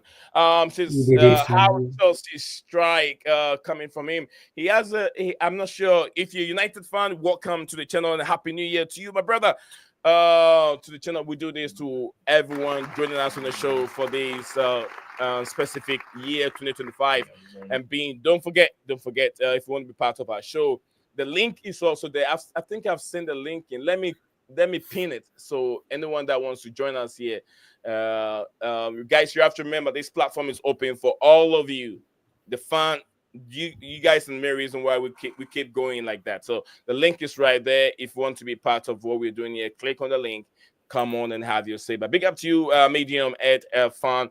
It says how Chelsea strike. JC said that Chelsea is 7 points from second place. Arsenal and 1 point from City at fourth. This Liverpool fan should stop trolling nonsense about Bournemouth and things around us. JC, you're looking for trouble from strong opinionated guy. The table doesn't lie, bro. The table is facts. At the end of the day, you are where you deserve to be. Bournemouth have lost today. Villa have lost. Newcastle have lost. It's all advantageous and good for Chelsea. So all positive vibes, no negativity, my friend. That's right. Thank you very much, Mr. Ryan. JC, you heard that.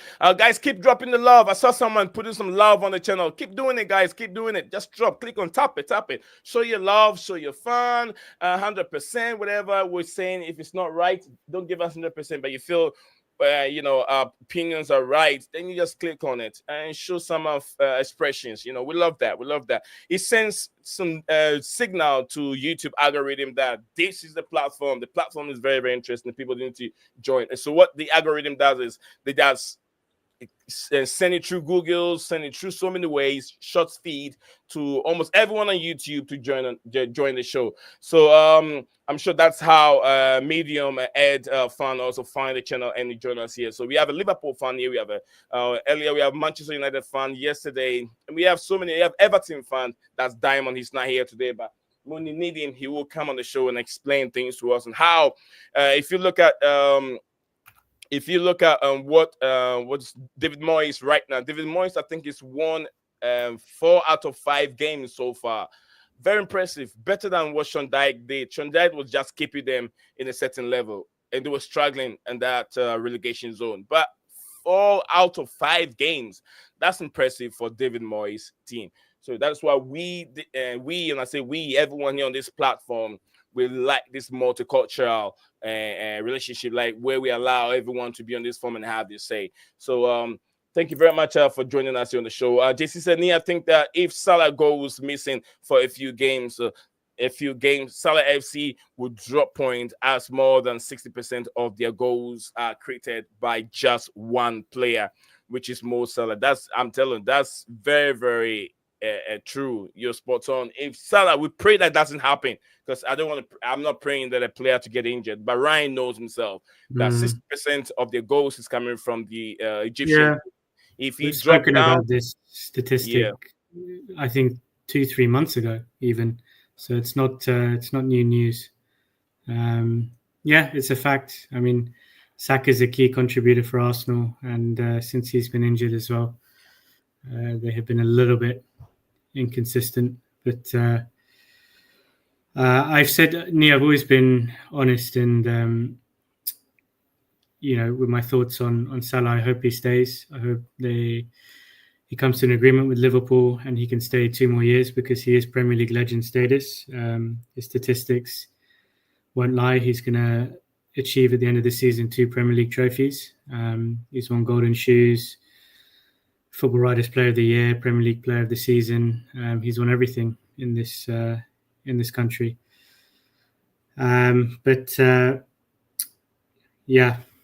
I really hope Mohamed Salah stays at Liverpool. I really hope Mohamed Salah stays at Liverpool, coming from Mr. Ryan, a Liverpool, top Liverpool supporter. That's what he says. Nehemiah said Forest will finish above us. Forest are not showing any sign of weaknesses right now. They don't show any sign of weakness, but you don't know. You don't know. The advantage is they're not playing in any European competition. So to have much of a game time to recover and then go again. I mean, they lost to Bournemouth 5-0 a week ago. So to get this kind of reaction is impressive. And I watched that game today against Brighton. They were just electric. They've got so many high energy, high intensity players who run and die on the pitch and press so hard. you got to give them credit. And then they've got a striker up front, Chris Wood, bit of a journeyman, but he's doing what's asked of him. He's putting the ball in the back of the net, game after game after game.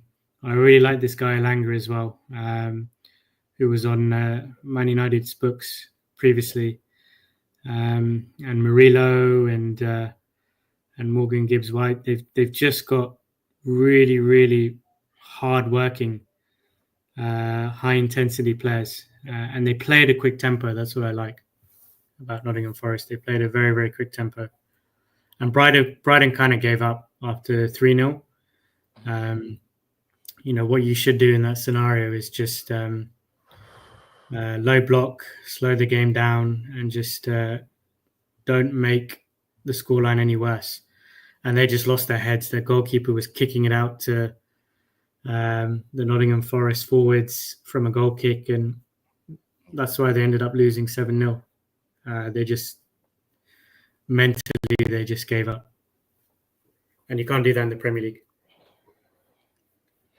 Very interesting. I do agree with you, Mr. Ryan. Ronaldo, we have CR7 Zoo. Happy New Year to Ronaldo joining BlueClouds Media YouTube channel today. We're still live on the platform X and YouTube.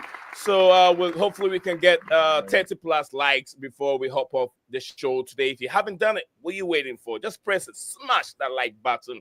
Smash the like button. Do that. Ronaldo, we have Emmanuel said, what is going on here? Great Blues. What is new for us? News is, I'll say what is news is some reports are coming that Chelsea are in for attacking players. And most of the players that we've talked about on this show many times have all been listed out. Gyokeres and Leon, I think Delap, and Evan Ferguson, Gyokeres, and the one from IB Leipzig.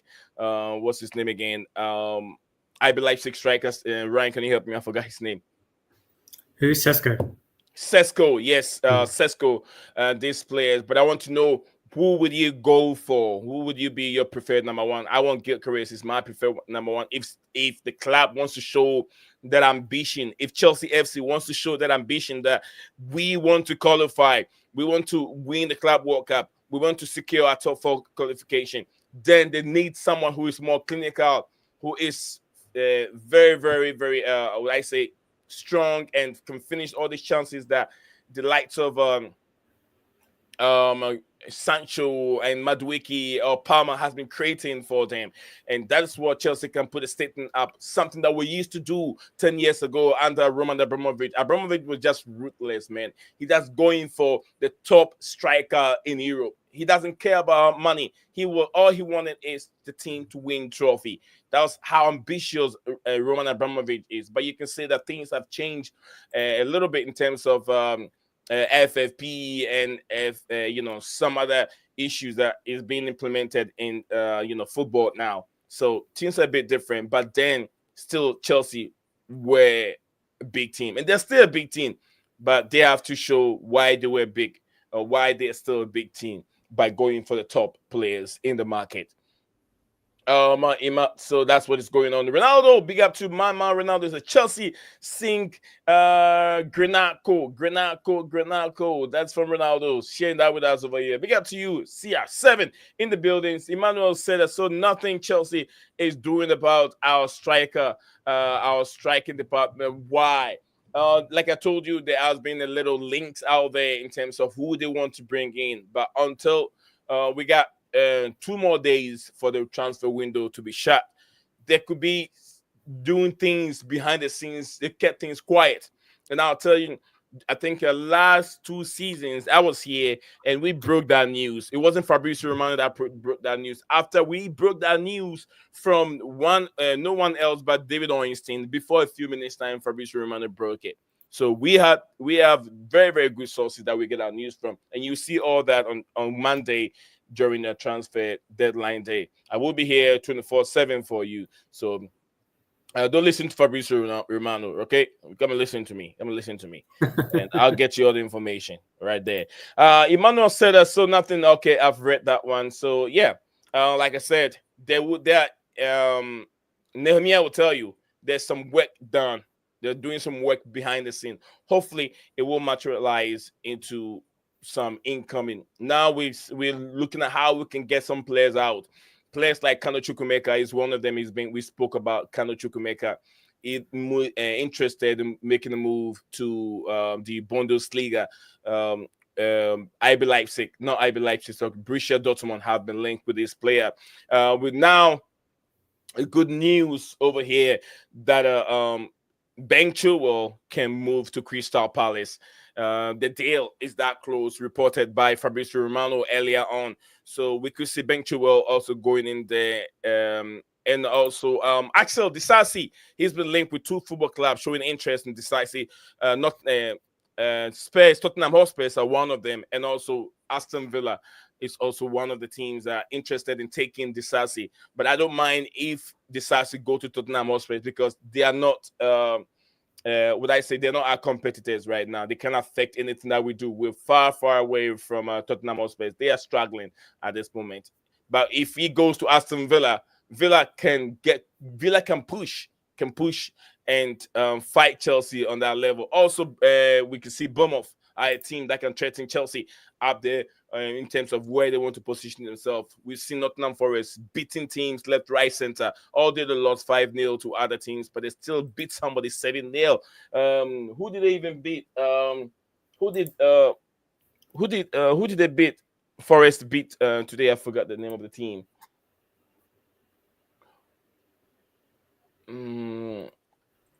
Oh, today was Brighton.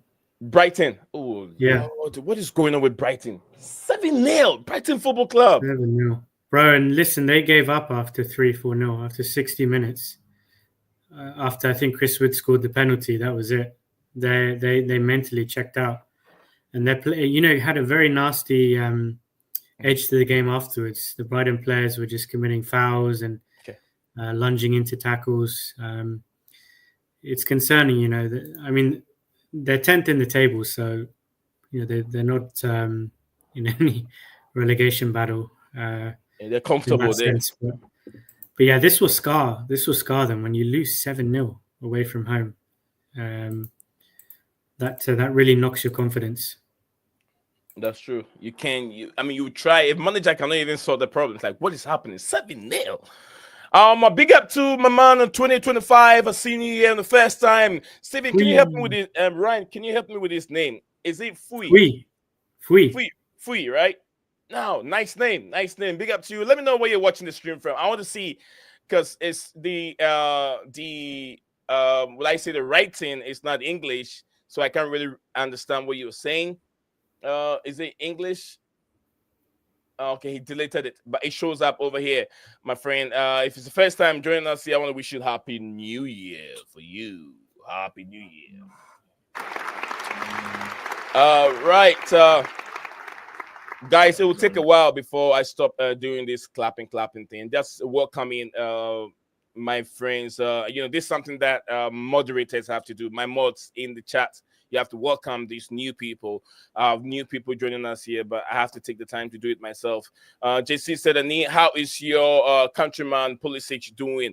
Is it instead of him at AC Milan? Why are they going for Felix? I think he's doing very well right now. Pulisic is on good form with Milan. I don't think he's injured. So to me, I'll say he's doing well right now with AC Milan. Emmanuel said, "Okay, I'm very happy for that, but at least we have to get striker. If not, all these hopes in conference will end up nothing. We are praying. Let the Chelsea owner get the striker for us. I'm sure the guys out there know.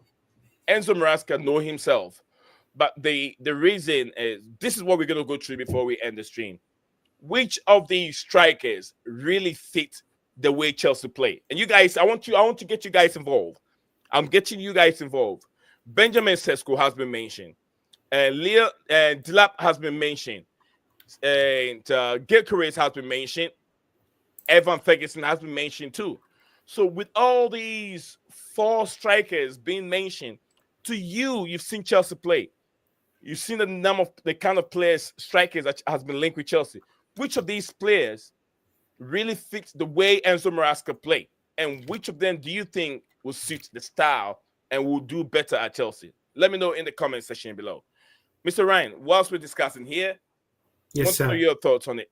Mr. Ryan, look Yeah, at I mean, the way we play. Yeah, you've heard it, so. yeah, I gave my thoughts about this earlier, but I'm more than happy to elaborate. I think Gyokeres suits Chelsea. He's a homage to your world class strikers that have worn the Chelsea shirt in the past.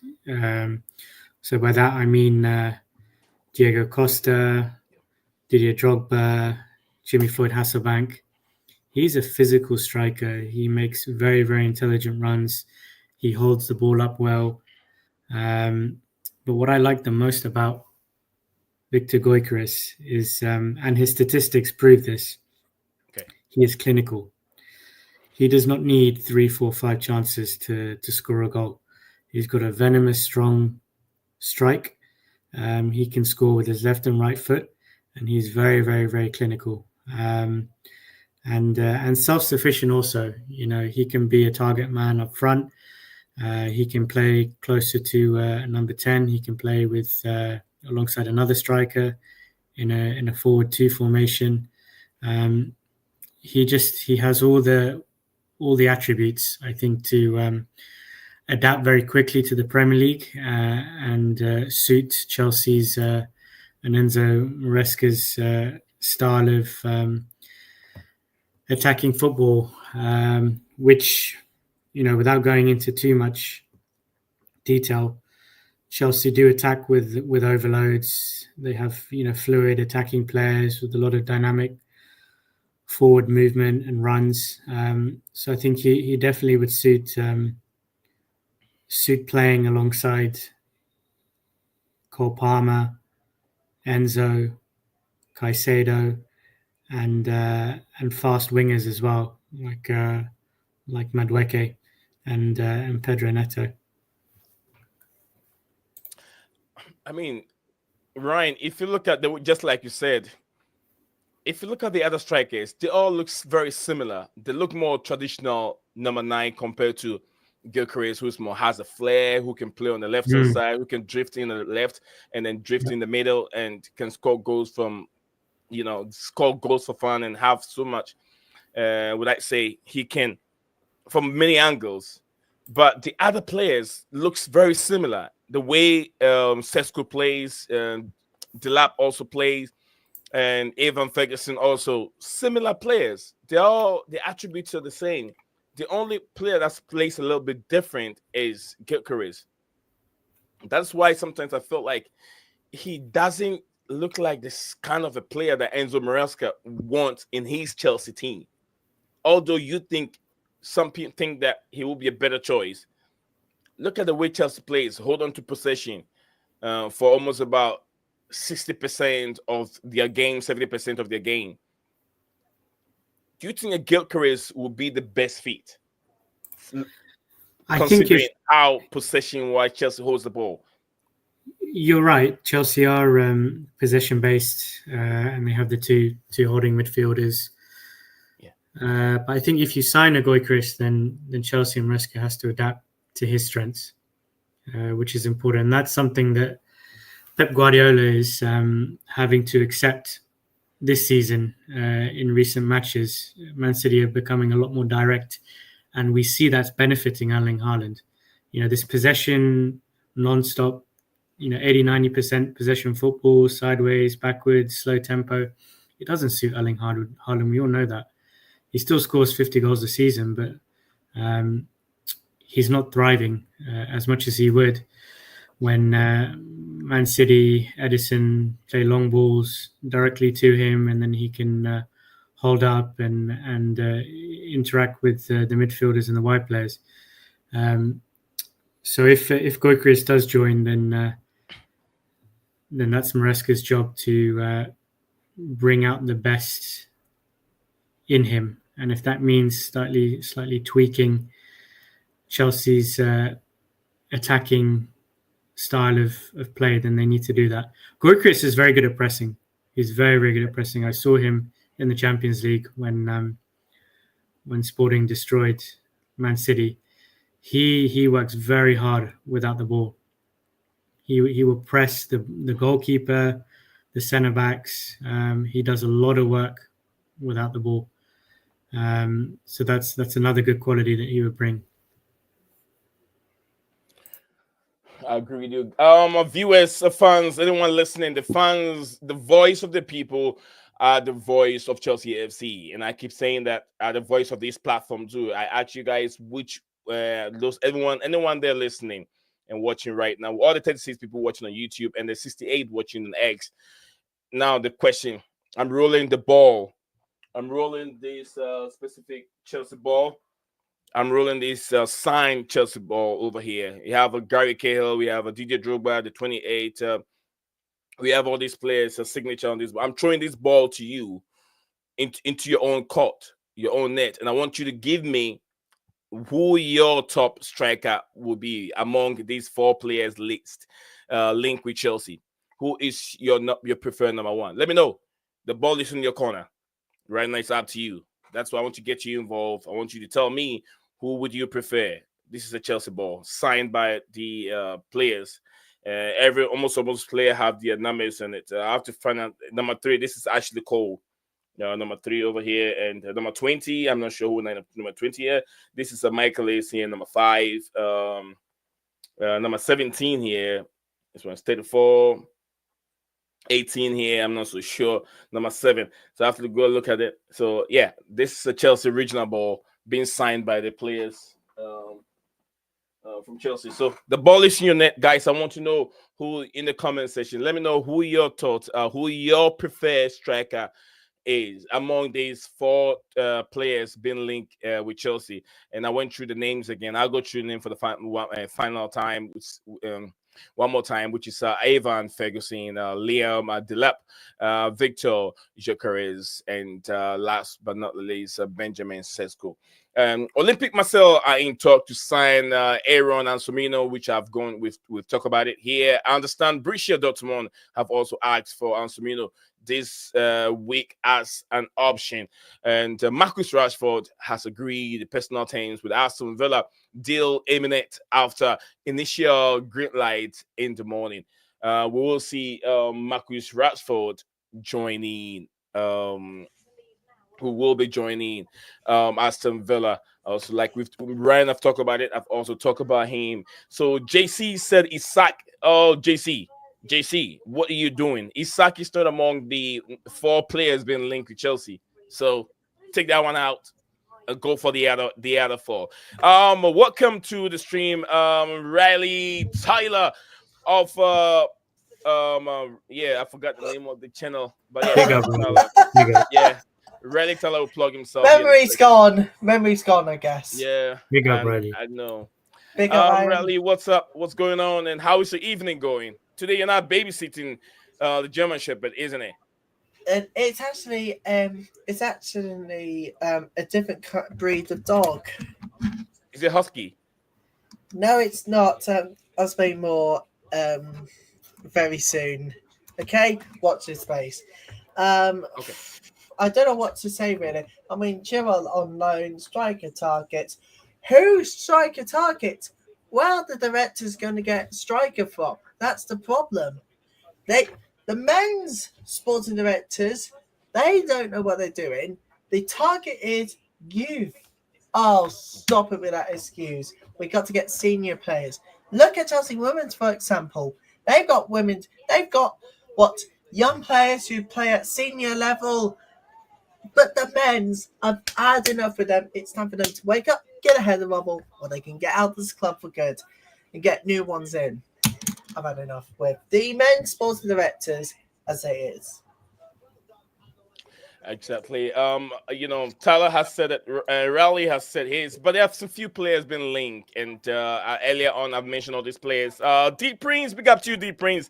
He said, "Big up, my Chelsea, my dear Chelsea family. Sir, I want to know if it is true. I had that Modric and is it Dupin doping test was negative. Is it true? I'll give you some information right now on it. Give me a second. Junior said Gyokeres is my number one, but I'm not sure how are we going to convince him to join us in the summer. But Delap is great too. Absolutely. Deep Prince, thank you very much for that wonderful comment. I'll look into something and give you some update. Right, I haven't seen anything really from any of those top journalists yet, but besides that, let me dig into it something real quick and I'll give you an update whilst we're here.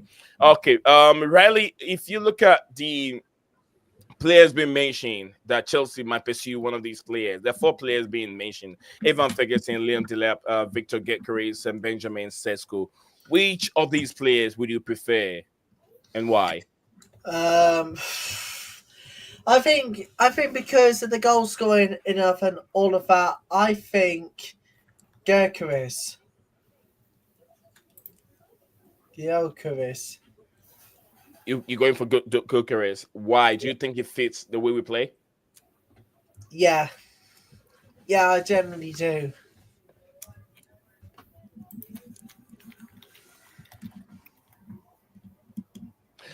All right, so yeah, I got to say, I agree with Riley. Gyokeres for me is should be the number one target. He's not 2021. He's in his mid-20s. He's got the statistics to back it up. He scores goals consistently. Doesn't pick up many injuries. He's physical. He's strong. Can run in behind defenses. For me, yeah, definitely, I agree with Riley. Number one target. Okay. Thank you very much for that. This is what I'm going to say to Deep Prince regarding the Modric situation. I've seen some few reports that are saying that Modric has been tested negative for the sample B, but this is what I'll say: the sample B tested positive, but at the Premier League rules is as soon as you have the sample A that tested positive, they don't care about sample B. They're not worried about sample B unless Modric have to fight it with his lawyers. And by Premier League rules, they are, as soon as you have the A tested positive, you are already guilty before proving innocent. That's the Premier League rules. When that comes drop negative, it means you're already guilty. So I don't know how they can fix this. I don't know. I have to get into and read more, getting more information on whether he still stand a chance of returning to Chelsea or not. Agreed. Oh, rich money makers. The sporting directors do watch some of the YouTube videos. Uh-oh. Okay. Look, it is structured criticism where the sporting directors goes. I mean, if they can't target a striker, who are they going to target it? It needs to target someone who is the most active in the club, who scores most goals, who takes more shots, clear-cut chances. It's constructive criticism.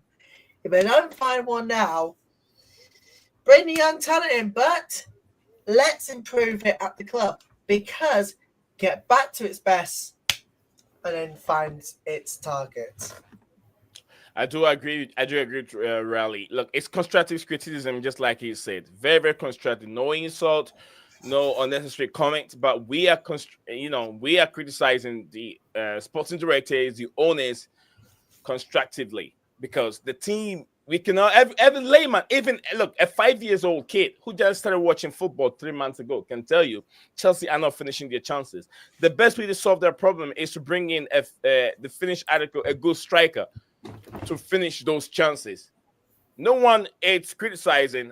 People can criticize Nicholas Jackson as much as they want, but Jackson's statistics and numbers tell you that he has improved from last season to this season. The number of goals he has now compared to the number of goals he had whole of last season, he has gone above it. now. We still got lots of games to go, and he's giving you how many goals already. I'm not so sure exact goals that he has so far in my head. I don't have it, but yeah, Jackson's contributions has been very. His development is on a level that we can say there's been improvement on him. Deep Prince said, Modric, can we say he has been banned? He has been banned lack to the team since he arrived. Neil, let me bad come in. Bad luck. Yeah. Let me come in here. Just give my thoughts on Modric. He definitely has had a difficult time since joining Chelsea. I think we all agree with that. He came for big money. It was £89 million deal from Shakhtar Donetsk. Maybe the weight of that price tag has weighed heavily on his shoulders.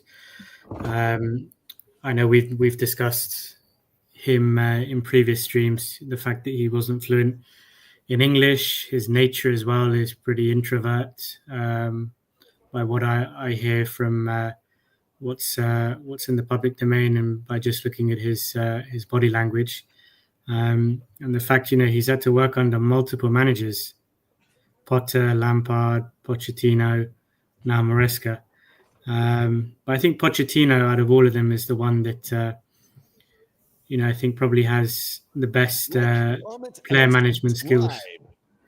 And he is the one who said very clearly and openly that Modric needs time to adapt. So the timing of this failed drugs test couldn't be worse for him. And the repercussions are serious. You can be banned for up to 4 years. That's what the FIFA guidelines say, if you're actually found guilty of taking a banned substance willingly. So he's walking on thin ice right now. And what is the latest news with it? I know you mentioned, there's a second sample was tested? Yeah, the second sample tested, but he tested negative, because they always want sample A and B. But regards to the Premier League, you already when you drop negative or positive, sorry, when you drop positive in your first sample A, you're already banned according to them. They don't care about you don't. It's care like a provisional suspension. Yeah. So we'll see what the outcome of this is for him. But maybe the best thing is to be loaned out to a different league, or just get away from Chelsea for a while. We'll see. Well, we'll see what happens when the verdict comes in, but I don't think it will be good news for Chelsea fans like us. But it's just wait and see what the FA has to say. 100%. All right. Thank you very much. Ryan and then Rally. We still got what's in your mind, Ryan? You going to any of the women's game this weekend? No, I've been watching from home actually. Okay. How far do you live from Stamford Bridge? Far from Stamford Bridge. I think. Far. How many minutes drive or hours drive? It takes us to Victoria Station, and then it takes us around about 2 to 3 hours to get back from London. Oh, Ryan, you know that, right? Ryan, because Mr. Ryan is in London too. I'm in North London, from Stamford Bridge and Liverpool Stadium. Which don't ask me why I support Liverpool if I'm from North London. I get that question all the time. Come on, why do you support Liverpool if you're in North London? Why? It's a very good question, Riley. We have to go back many, many, many years, decades even in time, to when I was in school, and I had to make a choice, either Chelsea or Liverpool. Those were the teams that everyone was supporting, and I chose Liverpool. And I don't look back. But Nia, I've always told you, you're very kind bringing me onto this channel.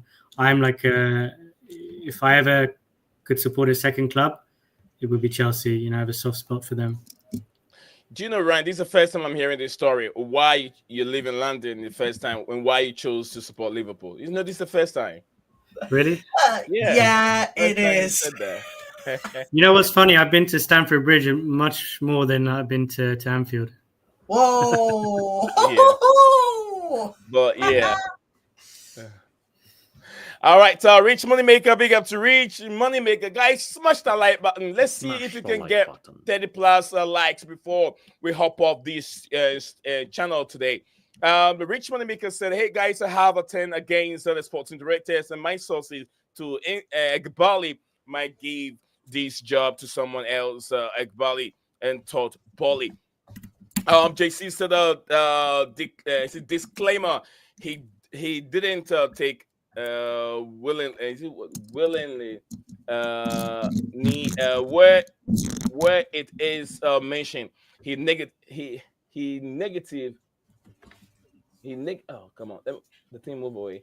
All right, He's talking about Mudryk, but yeah, he negative in September. He was negative in September as well, so could very much be one of those by error or sabotage.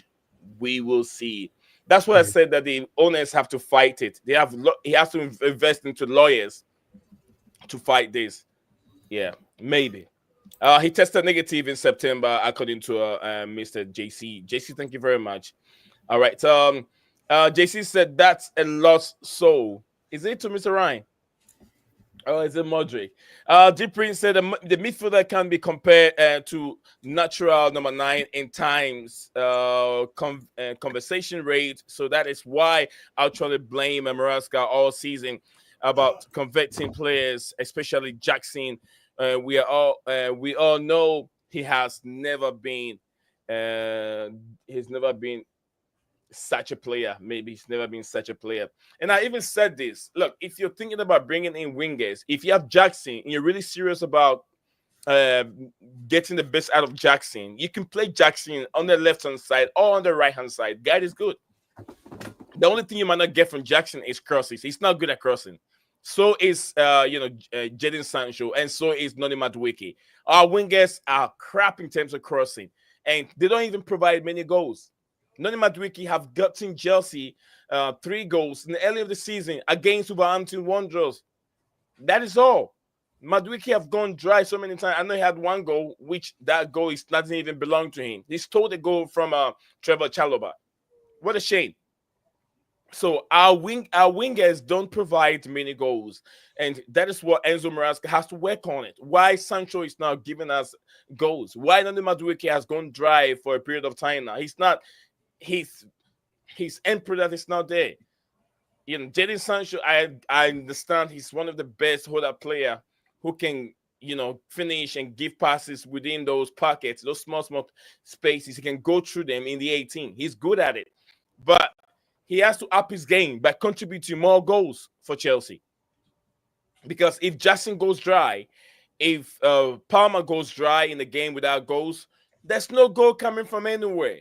Now we've seen the effort of Tosi Adebayo and Trevor Chalobah.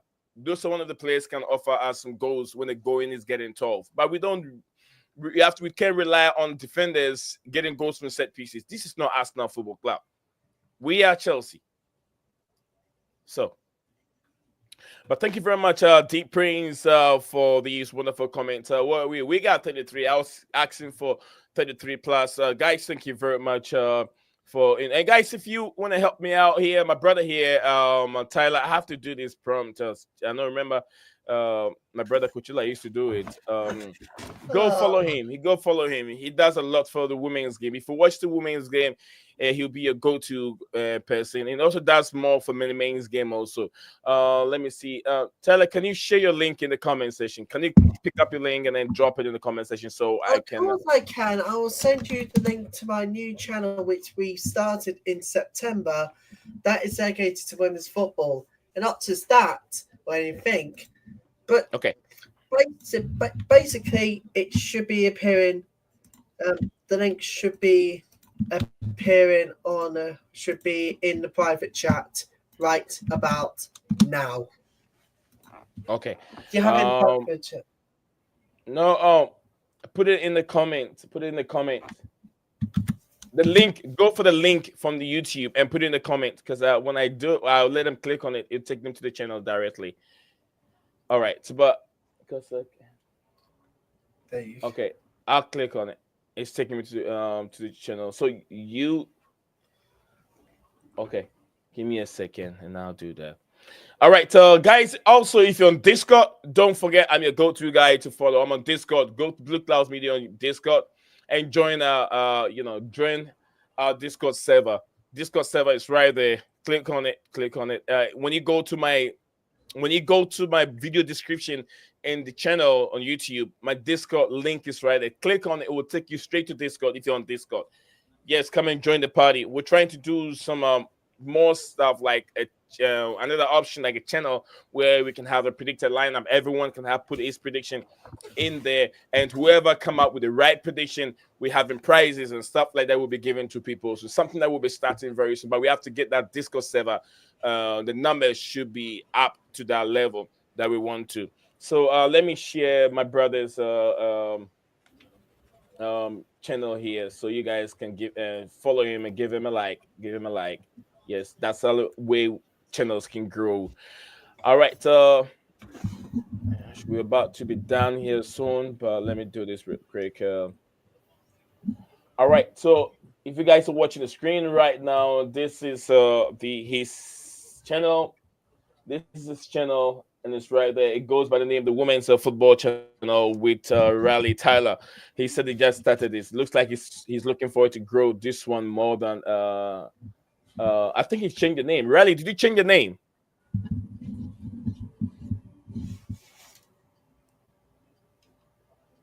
Tyler, did you change the name of the channel? Is it the same channel we had the other day? It's the new channel, but mostly it's the same name to the new channel. Okay. New channel, but the same name. Okay, so guys, just go give him a like, subscribe to. I've subscribed to it. I'm sure I have subscribe.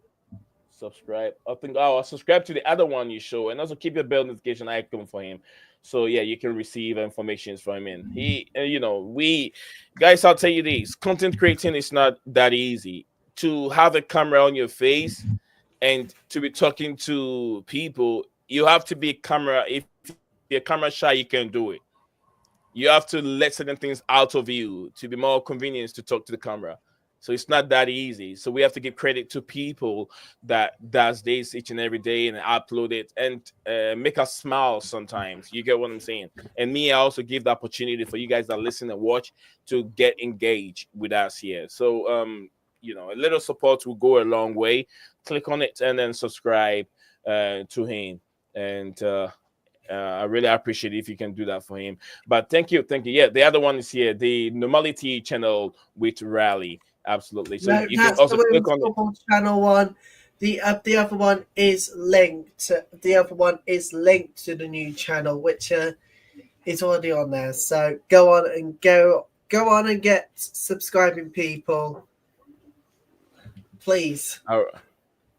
All right, that's right. Diamond in the building. Diamond, what's going on with you, Diamond? Deep Prince said that we need to also discuss on how Maresca limit Reece James from going forward to provide assists and even score goals. How? Let me get a question again. I've read it. Sounds good, but I don't understand his comment.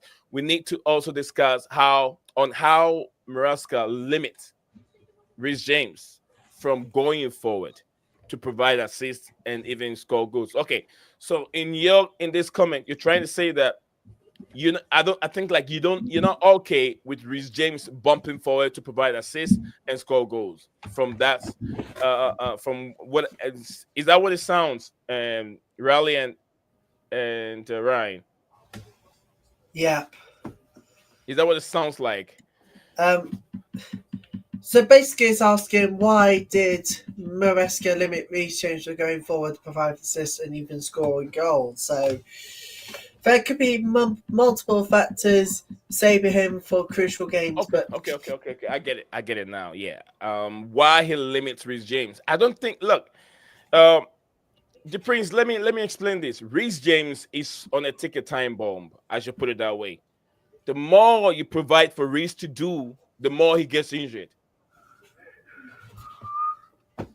You don't want Reece to be sprinting for 20 yards, 50 yards away. You don't want him to be doing that much.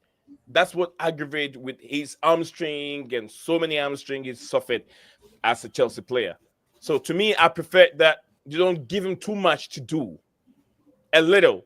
You have other talented players out there. Why can't they contribute? Noni Madueke, what someone said he scores goals, but how many goals? Is he consistent in his goal scoring? He went for almost about 5-6 games without scoring a single goal. So Madueke is not consistent delivering goals. Diamond, big up to you, Diamond says, hey everyone out here. Diamond said Everton 4 today. It's been crazy with David Moyes. Yes, I think he got 5 out of 4, right? 4 out of 5 games. He's won 4 games so far for Everton out of 5. That's impressive. Everton 4, Tottenham Hotspur. Not Tottenham Hotspur. Everton 4 today. It's been crazy with Moyes. Now 12 points so far. Hoping for FA Cup win against Bournemouth. You have to be very careful with Bournemouth. They're a very tricky team. They missed a big chance today by Justin Kluivert. He's supposed to score. I don't know how he missed it. This one is from Alpha. I think it's directly to JC. Alpha says JC, stop the hate. Ryan is a good guy, a long-term contributor to the platform. We must respect him. Absolutely. Big up Alpha. JC, did you hear that? Ryan here in the channel. You see, you have Alpha coming at you. Big up to Alpha for that. I'm reading a bit further ahead JC's response here, but come on, man. I mean, we're better than this. I'm not trolling anyone. With regards to Mudryk, I just reiterated the FIFA rule, which is if you're found guilty knowingly taking a banned substance, that's up to 4-year ban from football. Yeah, I didn't insinuate that Mudryk is guilty or isn't guilty. As Riley said, he's going through a process now, and we have to wait for the verdict. That's it. I mean, all we can do is to react to it. That's all we can do. But also, based on the Premier League rules, we can also talk about it. But until maybe, there's always a loophole. There's always a loophole somewhere. Okay, Alpha, I'm not hating. I'm pointing to subtle trolling. Nah, come on, JC. Subtle trolling. We're better than he this. was doing. He has does that. He will get a reaction. Everyone has an opinion. I'm fine with that. We're not the football terrorists. Come on. He said I'm not football terrorists. Alpha, by the way, how many weeks has Chelsea spent at 6th place during this season?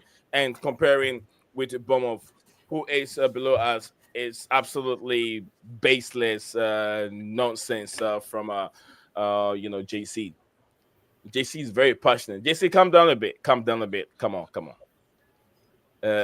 Calm down a bit, JC. Listen, it's a good day for Chelsea. You guys should all be happy. Yeah, it's always great to see when your rivals are dropping points. So, but like you said, Neil, it's all about Monday.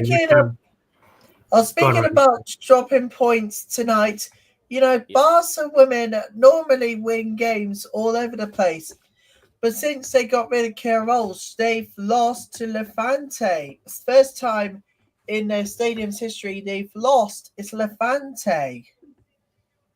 Yeah, Gyokeres was an integral player in that Barcelona midfield. Very, very integral player for the Barcelona midfield. So losing her to Chelsea, it's a big loss. But until if Barcelona are gonna have whoever they replace with Gyokeres has to provide. It would take that person to gel into Barcelona team.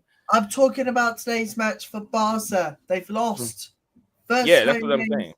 29th of May. Yeah, that's what I'm saying. Gyokeres was very, very instrumental in the way they play. Now, Mia said it's embarrassing that Forest is above us. Yeah, it is. It is one the way Forest have structured their things. The number of players that Forest have brought to the football club, a lot. a lot of players. They brought like 2 sets of players, 2 sets when they were doing the transfer. More than Chelsea brought, but no one says anything. JC said it's just a banter, Ryan. Don't take personal, my friend. Okay. Ryan, you heard that, right? Yeah. Okay. All right, so guys, I think that it's about time. Let's wrap up and see what we got here. Rally, what do we have for views and likes? What do you have on it? How many likes do you have on the stream? I'll let Rally do that for me. Well, for the wait a minute. Wait a minute. I can tell you that for the likes tonight, we've had 34 likes. Over here says 35 over here on my stream. Guys, let's see. Yeah, Ryan, what do you have? Is it 35? I see 35 as well. Yeah, maybe just in the last few seconds there was an extra like. That's why, but that's very good metrics. That's right. Guys, let's see if we can hit 40. 5 more. We can call it. We've done very well. 5 more, likes on it. Let's push it. We're almost done. Mr. Ryan is tired. Your brother Nee over here is tired. The Rally Tyler is also tired. No, I'm not tired. You're not. No. Yeah, I've been sitting down here for almost 2.5 hours now. We got 5 minutes on the dot to hit 2 hours 30 minutes of live streaming. I am getting a bit tired, but we have to leave with positivity. We have to I always say, Leo Desperandos and hang on to hope is what I always say. We need hope. Let's keep the hope high, and hopefully that something good will happen by tomorrow and Monday. But guys, so let's hit 40 likes before we go. Let's hit 40 likes. We can do it. If you haven't done it, do it real quick. Smash that like button. Smash Let me ask Riley a quick question, if you don't mind. This is a discussion point that we've openly had a discussion about in the past, and it's to do with Chelsea potentially moving away from Stamford Bridge to a new stadium in Earls Court.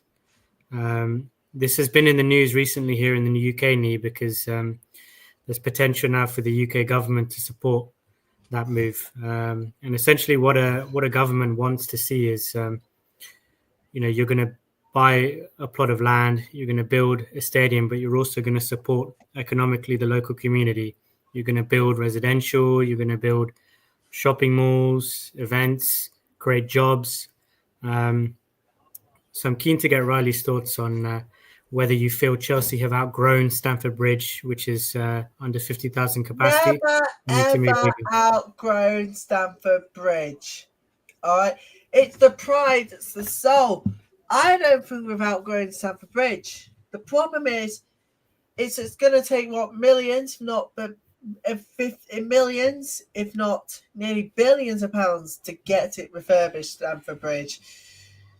Yeah, it may need a bit of a fresh up, but never get tired of Stamford Bridge. Forget moving out whatsoever. Interesting. Nee, your thoughts? My thoughts on it. Yeah, I think, look, moving to Earls the club Court is growing. The club is growing. The club is so bigger than Stamford Bridge right now. I know there's so many sentiment in terms of when you talk about moving away from Stamford Bridge. People don't understand. But if we want to make the revenue that Man United is making, want to make the revenue that Tottenham Hotspur is making, we have to look at the bigger picture. Stamford Bridge is too small for a club like Chelsea. Look at the size of Allianz Arena. Look at the size of Real Madrid, Real Madrid, Tottenham Hotspur and Santiago. Manchester United will be building. Yeah, the Sydney Iduna Park. We have to look at it. United are even thinking of developing. They don't want to renovate it. They want to open it up. New equipment, new features, new model of a stadium. Chelsea need to do that thing. 45,000 is not enough at Stamford Bridge. With the 45,000, that doesn't include the press. Where the press seat is not nice, to me, it's not good enough. They have to have the ultra molding stadium. They need that to be able to have 60 or 55 capacity stadium, and get more for disability people and all that kind of stuff. We need to open that stadium. Stadium is too narrow. The history made over there is not going to get away. The name still Chelsea. Elscott is not far away from Stamford Bridge. It's not far away. It's still in London. We can give that stadium to the women, and then move into the the new stadium. Open it up. There's so many. Yeah. And I think the main challenge for Chelsea is not necessarily financially. You've got billionaire owners who can finance this through their own capital or through debt. It's the unique ownership of the land where the stadium sits upon. Right, it's owned by the freeholder is the Supporters Trust, and effectively Chelsea rent the stadium from them.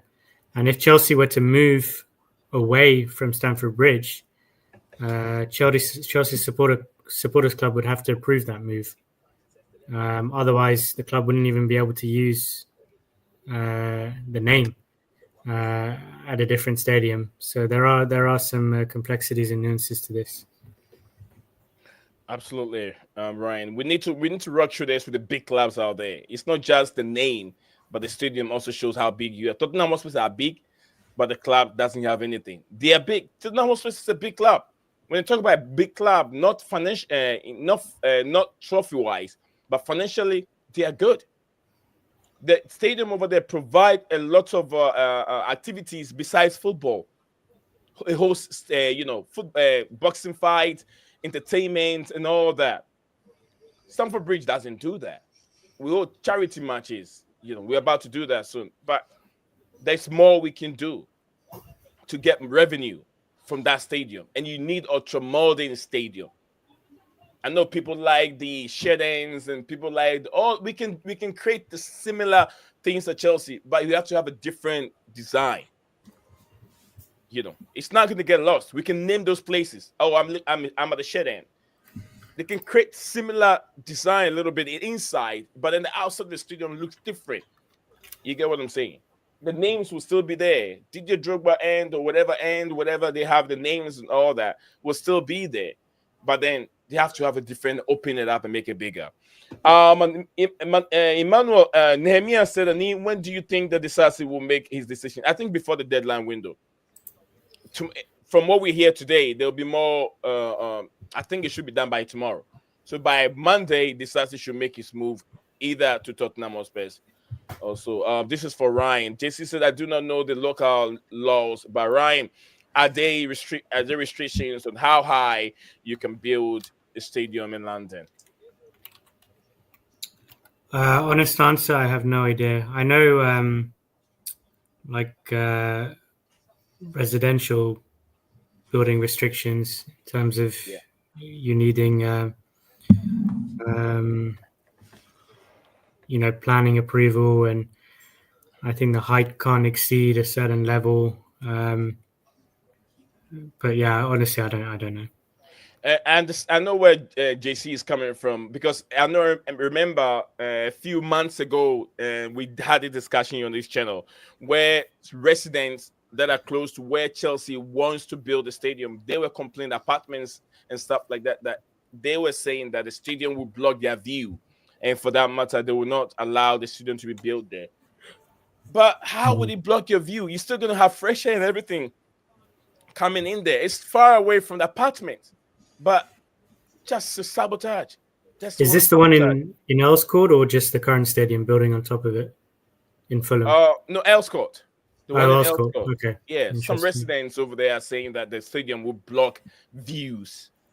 So I understand why JC is coming up with these comments. Sure. Whether there is a limitation of how high your stadium can go. Well, Tottenham, I don't know. Tottenham is still in London, right? Or West London? Yeah, Tottenham is still in London. It's only 20 minutes from where I live. Yeah, so they have a high, building, right? The stadium is very high, tall and high. It's a big stadium, yeah. Yeah, it shouldn't stop Chelsea from also doing this. I don't think so. Big up to Robert Tahai. Big up to you, my brother. He says, big up, bro. Big up. Gold Chelsea, Robert. Thank you very much. He's been supporting Chelsea for over 30 years. JC said, current stadium too. Current stadium too. I'm not so sure about that, JC. Surely there are some news tonight. Yeah, definitely there'll be some development news tonight. It's late in London, but hopefully before we go to bed and wake up, there will be some improvement. There will be some latest development. Definitely there will be. So we'll be Reece James. I see one from Reece James kicking, man. Yeah, what I'm saying is what I think someone said this. Like I said, Reece James, you have to limit so much. He's still recovering. He hasn't played 90 minutes yet. So there's still a long way to go with Reece James. You don't want him to overrun. This is also going to the all-time top scorers in the Premier League. Mo Salah with 178 goals right now. Alan Shearer, 260. Thierry, Harry Kane with 213. Wayne Rooney with 208. Andy Cole with 187, and Sergio Aguero 184. And so Mo Salah have beat Frank Lampard and Thierry Henry to 178. So now Mo Salah ranks 6 in terms of all-time goal scorers in the Premier League. Mo Salah ranked number 6. It's incredible when you consider he's not even a striker. Yeah. Oh, was Thierry Henry also not a striker either? It was a winger, right? Or was he a striker? I mean, I think he started out as a winger, but then he moved more centrally. Yeah, but he was very versatile. All right. Before Will Todd and yeah, what a player, Will Todd, French international. Guys, so before we wrap up, let me take some few words from Raleigh before we wrap up. Tyler, take us through it before we wrap up. What's next for you on your channel, and what are you doing from here? Well, new content coming soon, people. Trust me, next season it's about to get down to business with new content. And yep, I am gonna leave you with these famous words from Paul Green. If you are asked to join Chelsea and you do that without hesitating, then you are of service to us. Everyone that you're asked to join Chelsea and you hesitate, it means that you're of service to us, right? That's what you meant. That's what you said. No, if you're asked to join Chelsea and you do that without hesitating, then you are of service to us. So you mean that you're not supposed to be asked to join? You just have to go and join. Yeah, basically that. Yeah. Okay. Basically, that makes sense. Absolutely, because this is a football club with a big name, with big trophies. You don't need to be invited. You don't need an invitation. You just see the name, say, "I'm going to play for Chelsea," just like other football clubs, other players have thought of joining Chelsea, and they made that happen. So. JC said there are some reports that Tail is going to United. Yeah, we did talk about this, JC, yesterday. We did talk about that, if you can remember. Yeah, we did talk about Tail going to United. He has even United jersey in his hands. No, officially. How many likes do we have now? I think we've got to 40 plus. I could tell, but let me know. Let me hear from Mr. Ryan. No, listen, it's been great to engage with Riley, and I'm going to give that channel a follow as well. I'm all for growing the women's game, and Chelsea have a very strong women's team. WSL is growing in popularity globally every year, and great day for Liverpool, top of the tree. We swerved the banana skin today. I don't think we played our best, but the main thing was getting the 3 points against Bournemouth. So go ahead. No, I mean we're just concluding here that we're 9 points ahead of Arsenal, and big match tomorrow. Arsenal against Man City. A lot of bad blood between those But two teams. you got the women's edition to go first, right? Don't hesitate yourself, please. Don't you bother hesitate with the men's game. Do that before the match at 4:30. Right now, it's the women's we're talking about. Claire Kelly, not eligible, not going to be able to play against Man City for Arsenal tomorrow. That's because the parent club, Man City, has said no. Basically, she doesn't want to play against the parent club, as it is standard procedure. So Gyokeres is ruled out of tomorrow's action because of going on loan to Arsenal. But you're going to find out who's on team news tomorrow. And is Bunny Shaw going to continue her great run? You're going to have to watch tomorrow at 11:45. Bunny Shaw is injured. She's injured. Bunny Shaw injured. God. Oh, she's injured for a while now, Tyler. Oh, for God's sake, you're joking. Oh, who's going to take place tomorrow? We'll find out. Ryan, Nehemiah said, Ryan, you lost to Everton. Mark my words. Hell no. Hell no. They say you lose to Everton. It's never happened. Ryan and his just to respond to Riley, the reason I respect the women's game, but I know we're not doing great this season, Liverpool, in the WSL. I think we're like 7th, so that's part of the reason why I started with the men's. But all respect to women's football, absolutely. But how do you stop Chelsea? Because you guys are next. I don't know. I mean, you're top of the league, aren't you? Yeah. 7 points. 7 points. You haven't even lost this season. I was reading, right? No, you haven't even lost a game yet this season. No, we've considered only 6 goals all season. I mean, you're a juggernaut. Only a juggernaut. Noah knows about having a juggernaut.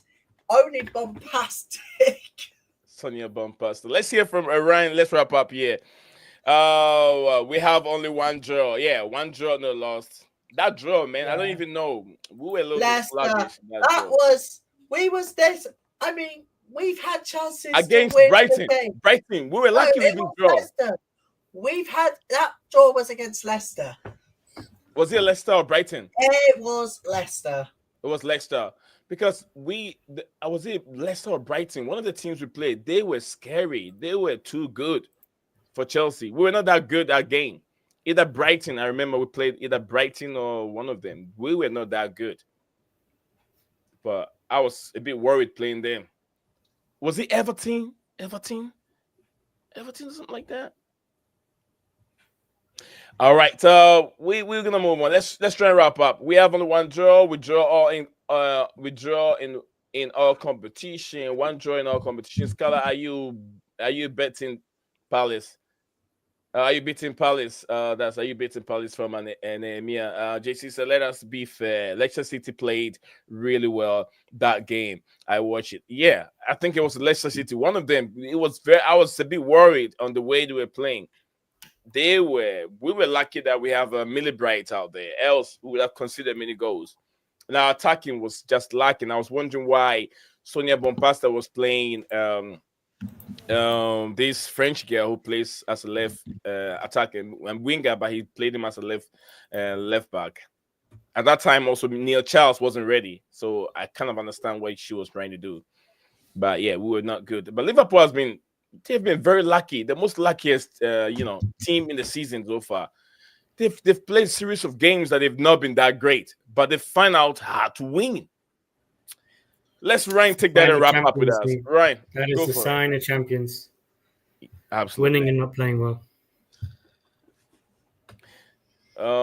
Ryan, go for it. We want to wrap up. That's it. It's been a great stream. Thank you, everyone who's contributed in the chat, everyone who's liked, given thumbs up. Yeah, it started with a bang with the Nottingham Forest thrashing of Brighton and a few upsets, I think, today. Obviously Newcastle losing, Villa losing as well. But all that matters is my beloved Liverpool winning. Not playing our best, but we're top of the tree, baby. Long may it continue. Top of the tree, baby. That's a Liverpool fan. Very happy. He should be happy. I wish I was him.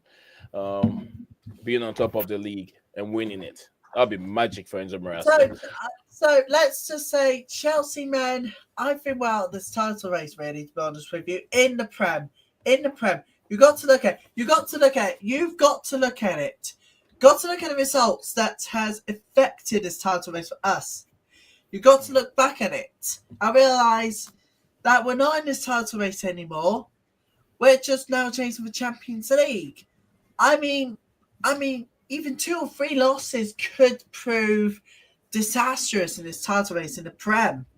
It's a nightmare with Enzo. I mean, with that City defeat, terrible. With the City 3-1 defeat last weekend. We got to go again on Monday against West Ham United. And if we don't win that one, we'll surely be out of the title race for the season. And we'll go again next season in the Prem. Trust me when I say it. Okay, trust me when I say it from Tyler. Thank you, guys. Tyler, thank you for coming on. Mr. Ryan, thank you for coming on. Adios, I always say. David Moyes at Everton 3-win. Now Liverpool will have to watch out too. And on a note, people, we are going to go. So before we go, just don't forget to hit the like button. One more to hit 40 likes. So hit it. Whoever is watching now haven't done it. One more. Somebody's there. The 40 likes, please. Hit the 40 likes, please. Whoever is watching this one, and if we hit 40 likes, we're out of here. But not yet. Nee will give us the signal when we have to go. Okay, so I'll say Leo Desperandos, guys. Hang on to hope. Absolutely. Naming such as it could recall Santos. I don't think so. Calling Santos. Are we now at 40 likes? We're now at 40 likes. That's it, people. We're done. Thanks for watching today's show. Thanks for watching. It's the Chelsea Transfers Bombshell. And peace. Peace out. Thank everyone that liked the stream and everyone that came on the stream today. JC, much love to you, brother. Wherever you are, enjoy the rest of the evening. Nehemiah, big up to Nehemiah. Robert Tyler listening. JC, like I said, Nehemiah also. Alpha, my big brother Alpha. Thank you very much for coming on. And also Deep Prince, the Deep Normality channel from Mr. Ryan, Mr. Raleigh and Tyler channel. Thank you very much. Also coming on and having a say. Real Gems, big up to you, man. JC, Mr. Ryan. Like I said, over here, Mr. Ryan, the channel. And more from Makeem, Rich Money Maker. And also coming on Junior also coming on, Deep Prince, Emmanuel Smala, I'm sure that's the name, also coming on. Thank you very much for joining the show today. And then Fui, who also joined us here later along the line. Also a Medium Ed fan, I think he's a Manchester United fan, also came on to support the channel from a distance. So thank you very much for JC, DJ, Steven, who joined us from the chat, also my man himself. Big up, Steven. Yeah. Big up DJ Sav. And then Ayubu Wekesa, also who watches live from the motherland, Uganda. Another Lord Vapor Nation, Lord Vapor Nation, Lodi, and Kojo Ajidum, who also joined us all the way back home, Ghana. Want to thank you very much. I see it. GFC Govern, much love to you. I think that's the whole crew. Guys, Diamond also will join us as an Everton fan. Diamond, thank you very much for joining the show here. I'll say, guys, enjoy the rest of the evening. Adios. Bye for now. You are a winner. Stand tall, be proud. In the face of doubt, you shout it loud. Feel the strength, let it in. With every step, you're gonna win. You are a winner, feel no pain. You are a winner, feel no pain. Yeah, I woke up feeling like a champion. Every move I make, I got the stamina. Eyes on the prize, never lose sight. Grinding every day, pushing through the night. Got the fire in my soul, never back down. In the ring of life.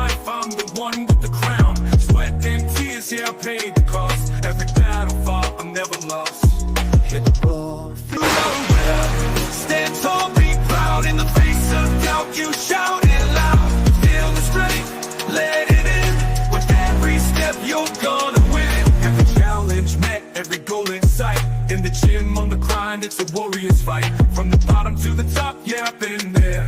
With the heart of a lion, I face the dare. No fear, no limits, just pure drive. In the race of life, I'm alive. With every push, with every strain, I'm a winner, feel the gain. Hit the road, feel the power. In this moment, it's our hour. Rise above, break the chain. You're a winner, feel no pain. You are a winner, stand tall, be proud. In the face of doubt, you shout it loud.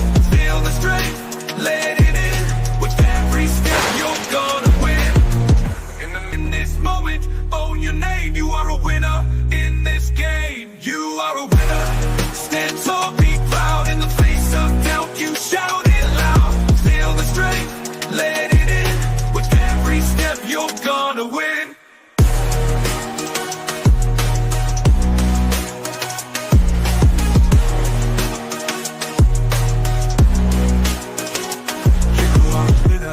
Stand tall, in the gym, on the grind, it's a warrior's fight. From the bottom to the top, yeah, I've been there.